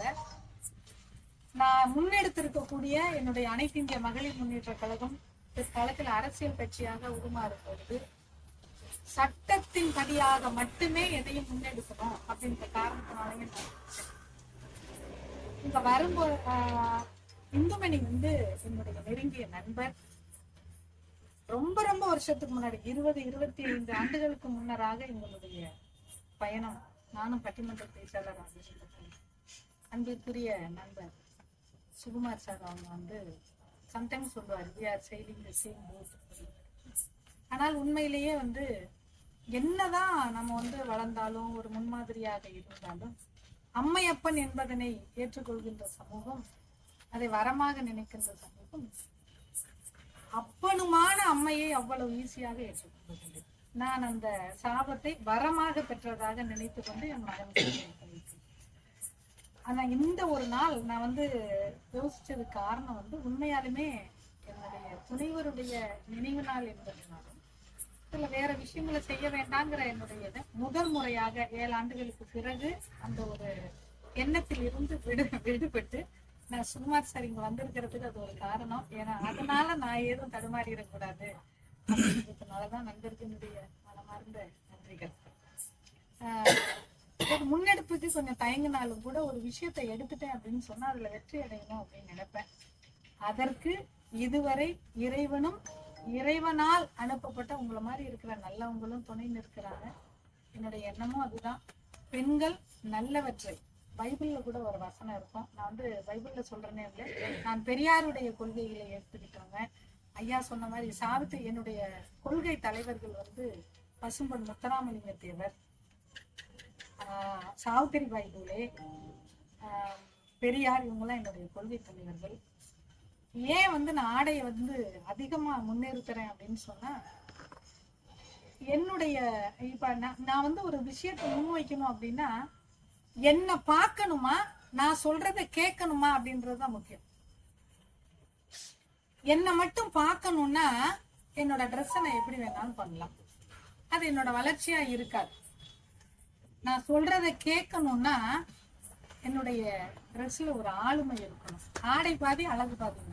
ஆடையில் கம்பீரம் தெரியும். இந்திரா காந்திய வந்து ஆளுமையா நினைச்சாங்க, ஜெயலலிதாவை ஆளுமையா நினைச்சாங்க அப்படின்னா அவங்களுடைய பின்புலம் நிறைய இருக்கலாம், விமர்சனங்கள் நிறைய இருக்கலாம். ஆனா பெண்கள் முன்னெடுக்கக்கூடிய விஷயத்துல ஆடை என்பது முக்கிய பங்கு. இந்திய வரலாறுலேயே ஆடைக்கு மிக முக்கிய பங்கு உண்டு. காந்திஜி நினைச்சிருந்தா கோட்டை போட்டுக்கிட்டு கடைசி வரலையும் போராடி இருக்கலாம். ஆடை மூலமாக வெள்ளக்காரனுக்கு ஏதாவது சொல்லணும்னு நினைச்சாரு, அதுல ஜெயிச்சார். அந்த மாதிரி பெண்களும் ஆடைக்கு முக்கியத்துவம் தந்தே ஆகணும். இல்ல எங்களுக்கு இது சுதந்திரத்தை பறி போகுது, நாங்க வந்து சமூகத்தினுடைய ஒழுக்கம், அதை நீங்க அப்படி பேசுறீங்க, நீங்க அப்ப எல்லாரும் சொல்லும் போது நாங்கெல்லாம் பேசினா சண்டைக்கு வந்துருவாங்க அப்படின்னு. கருத்தால மிக்கவர்கள், என்ன பார்த்து என்னோட சமூகம் வெளியே வரணும் அப்படின்னு நினைக்கக்கூடிய பெண்கள் எங்களுக்கு வேணும். அந்த பெண்களிடமிருந்து உங்களுக்கு எந்த காலத்திலயும் மறுப்பே வராது. அதையும் மீறி 1-2 பேர் பேசுறாங்க அப்படின்னா அவங்க அவங்கள மட்டுமே சிந்திக்கிறாங்க. கைகை வந்து பூனிய பார்த்து சொல்லுவாள்ல, எனக்கு நல்லையும் அல்ல, என் மகன் பரதன் தனக்கு நல்லையும் அல்ல, நீ கெட்டவ அப்படின்னு சொல்லுவாள்ல, அந்த மாதிரி பெண் குலத்திற்கு கெட்டவர்கள் அவர்கள். அவங்கள பத்தி நான் நினைக்கல. எப்போதுமே விதிவிலக்குகள் பொது விதியை நிர்ணயிக்க முடியாது. பெண்களுடைய ஆடைக்கும் அணிகலனும் நம்மளுடைய வளர்ச்சியை பாதிக்குது, சமுதாயத்துல பாதுகாப்பு இல்லைங்கிறத உருவாக்குது அப்படின்றது திரும்ப திரும்ப எத்தனை எதிர்ப்புகள் வந்தாலும் அதை முன்னிறுத்துவேன். அதுதான் பாரதியினுடைய கனவு, அதுதான் பெரியாரினுடைய கனவு. ஆடை முக்கியம் அப்படின்னு சொன்னது பெரியார். யாரு என்ன வேணாலும் சொல்லட்டும், உனக்கு ஒரு கம்பீரத்தை கொடுக்கணும்னா நீ சரியான ஆடைகளை அணிவிக்கணும் அப்படின்னு சொல்லிட்டு அதனால அதை முன்னெடுத்திருக்கேன். அத இன்னும் எனக்கு ஒரு பயம் இருந்துச்சு இந்துமணி சார் சொல்லும் போது. சார் ஆளுமை மிக்கவங்க, ஏன்னா வயதில் பெரியவர்கள் அப்படிங்கிறவங்க வந்து சார் சொன்ன மாதிரி இன்னும் கொஞ்ச நாள்ல காணாம போயிட போறாங்க. கதை சொல்ல பாட்டன் பாட்டிகள் இருக்க போறது இல்லை, எல்லாமே நானி ஸ்டோமு தான் இனிமே ஆயிட்டு இருக்கு. ஆனா அப்படி இருந்தும் கூட எனக்கு ஒரு பயம், எப்படி வந்து இதை எடுத்துக்க போறோம் அப்படின்னு. நீங்க எல்லாம் கூட நீங்க திரும்ப திரும்ப கேட்கிற அளவுக்கு நான் பேசியிருக்கேனான்னு தெரியல. ஆனாலும் விழும் போதெல்லாம் நான் 100 மடங்கு பலமுள்ளவராக எழுந்திருப்பதாக தான் எப்படி நினைப்பேன். இப்பயும் இந்த பொழுதில் இருந்தும் என் துணைவாக ஒரு புதிய முயற்சி இது. நான் இதை எடுக்கல, 7 வருஷமா எடுக்கல. இன்னைக்கு எல்லாம் பார்க்கும்போது நான் உண்மையாலுமே இந்த சமூகத்துக்கு ஏதோ செய்யறதுக்காக உருவாக்கப்பட்டிருக்கேங்கிறத மேலும் பலத்தோட எடுத்துக்கிறேன். உங்களுடைய ஆதரவுக்கும் அன்புக்கும் நன்றி. எனக்கு ஏதேனும் செய்ய வேண்டும் என்றால் உங்க வீட்டுல, உங்க பக்கத்து வீட்டுல, நீங்க இந்த நகர்ல இருக்கிற பெண்களுக்கு உங்கள் கண் முன்னாடி எந்த தவறுகளும் இல்லாம பார்த்துக்கிட்டாலே எனக்கு நீங்கள் செய்கின்ற பெரிய ஒரு சப்போர்ட்டா நினைப்பேன். மீண்டும் இந்த 72வது இலக்கிய அமர்வை வந்து சிறப்பாக நடத்திக்கப்பட்ட வாசர் வட்ட தலைவருக்கு வந்து எனக்கு பேர் கிடைச்சிக்கிறேன். பெண்கள் வளர்ச்சியில வந்து சமூகத்தின் பங்கு அப்படின்னு மிக சிறப்பா பேசினாங்க. ஆடையை பத்தி பேசினாங்க. ரொம்ப நிறைய விஷயம் தெரிஞ்சுக்காக நம்மளும் தெரிஞ்சுக்கிறது, இத்தனை ஆளுமைகள்ல இருந்து தெரிஞ்சுக்கிற விஷயம் நிறைய இருக்கு. இப்பயும் மறுபடியும் சொல்றேன், நிறைய பெண்களுக்கு எதிரானவங்க எல்லாமே பெண்கள் தான் சார். ஆண்கள்னால யாருக்குமே எதுவுமே நடக்கிறதுல நான் நிறைய சந்திச்சுட்டு தான் இருக்கேன். ஏன்னா இந்த இலக்கிய ஆர்வலர்கள் அமர்வுலையும் சரி, நான் விருது வாங்குறதுக்கே சரி சார், நிறைய எனக்கு போட்டி எல்லாருமே அவங்களாதான் இருக்காங்க. உண்மையாவே தான் சார் சொல்றேன்.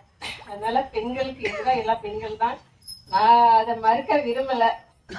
எங்களுக்கு இவ்வளவு பேர் எல்லாமே எங்களுக்கு ஆண்கள் தான் சப்போர்ட் பண்றாங்க. அதனால வந்து நான் பயமில்லாம சொல்லிக்கிறேன் சார். அப்புறம் வந்து நூலக வார விழா வந்து நம்மளோட அழகம்மாள் நகர்ல இருக்க எல்லா இலக்கிய ஆளுமைகள் தான் நடத்த போறீங்க. அதனால மிக சிறப்பாக நடத்தி முடிக்கிறதும் வேண்டிக்கிறேன் சார். ஏன்னா ஏற்கனவே முத்து சார் நல்லபடியா நடத்தி முடிச்சிருக்காங்க. அதுல வந்து நீங்களும் சிறப்பா நடத்தி முடிக்கணும்னு கேட்டுக்கிறேன் சார். நல்லபடியா நடத்த முடியும் சார்.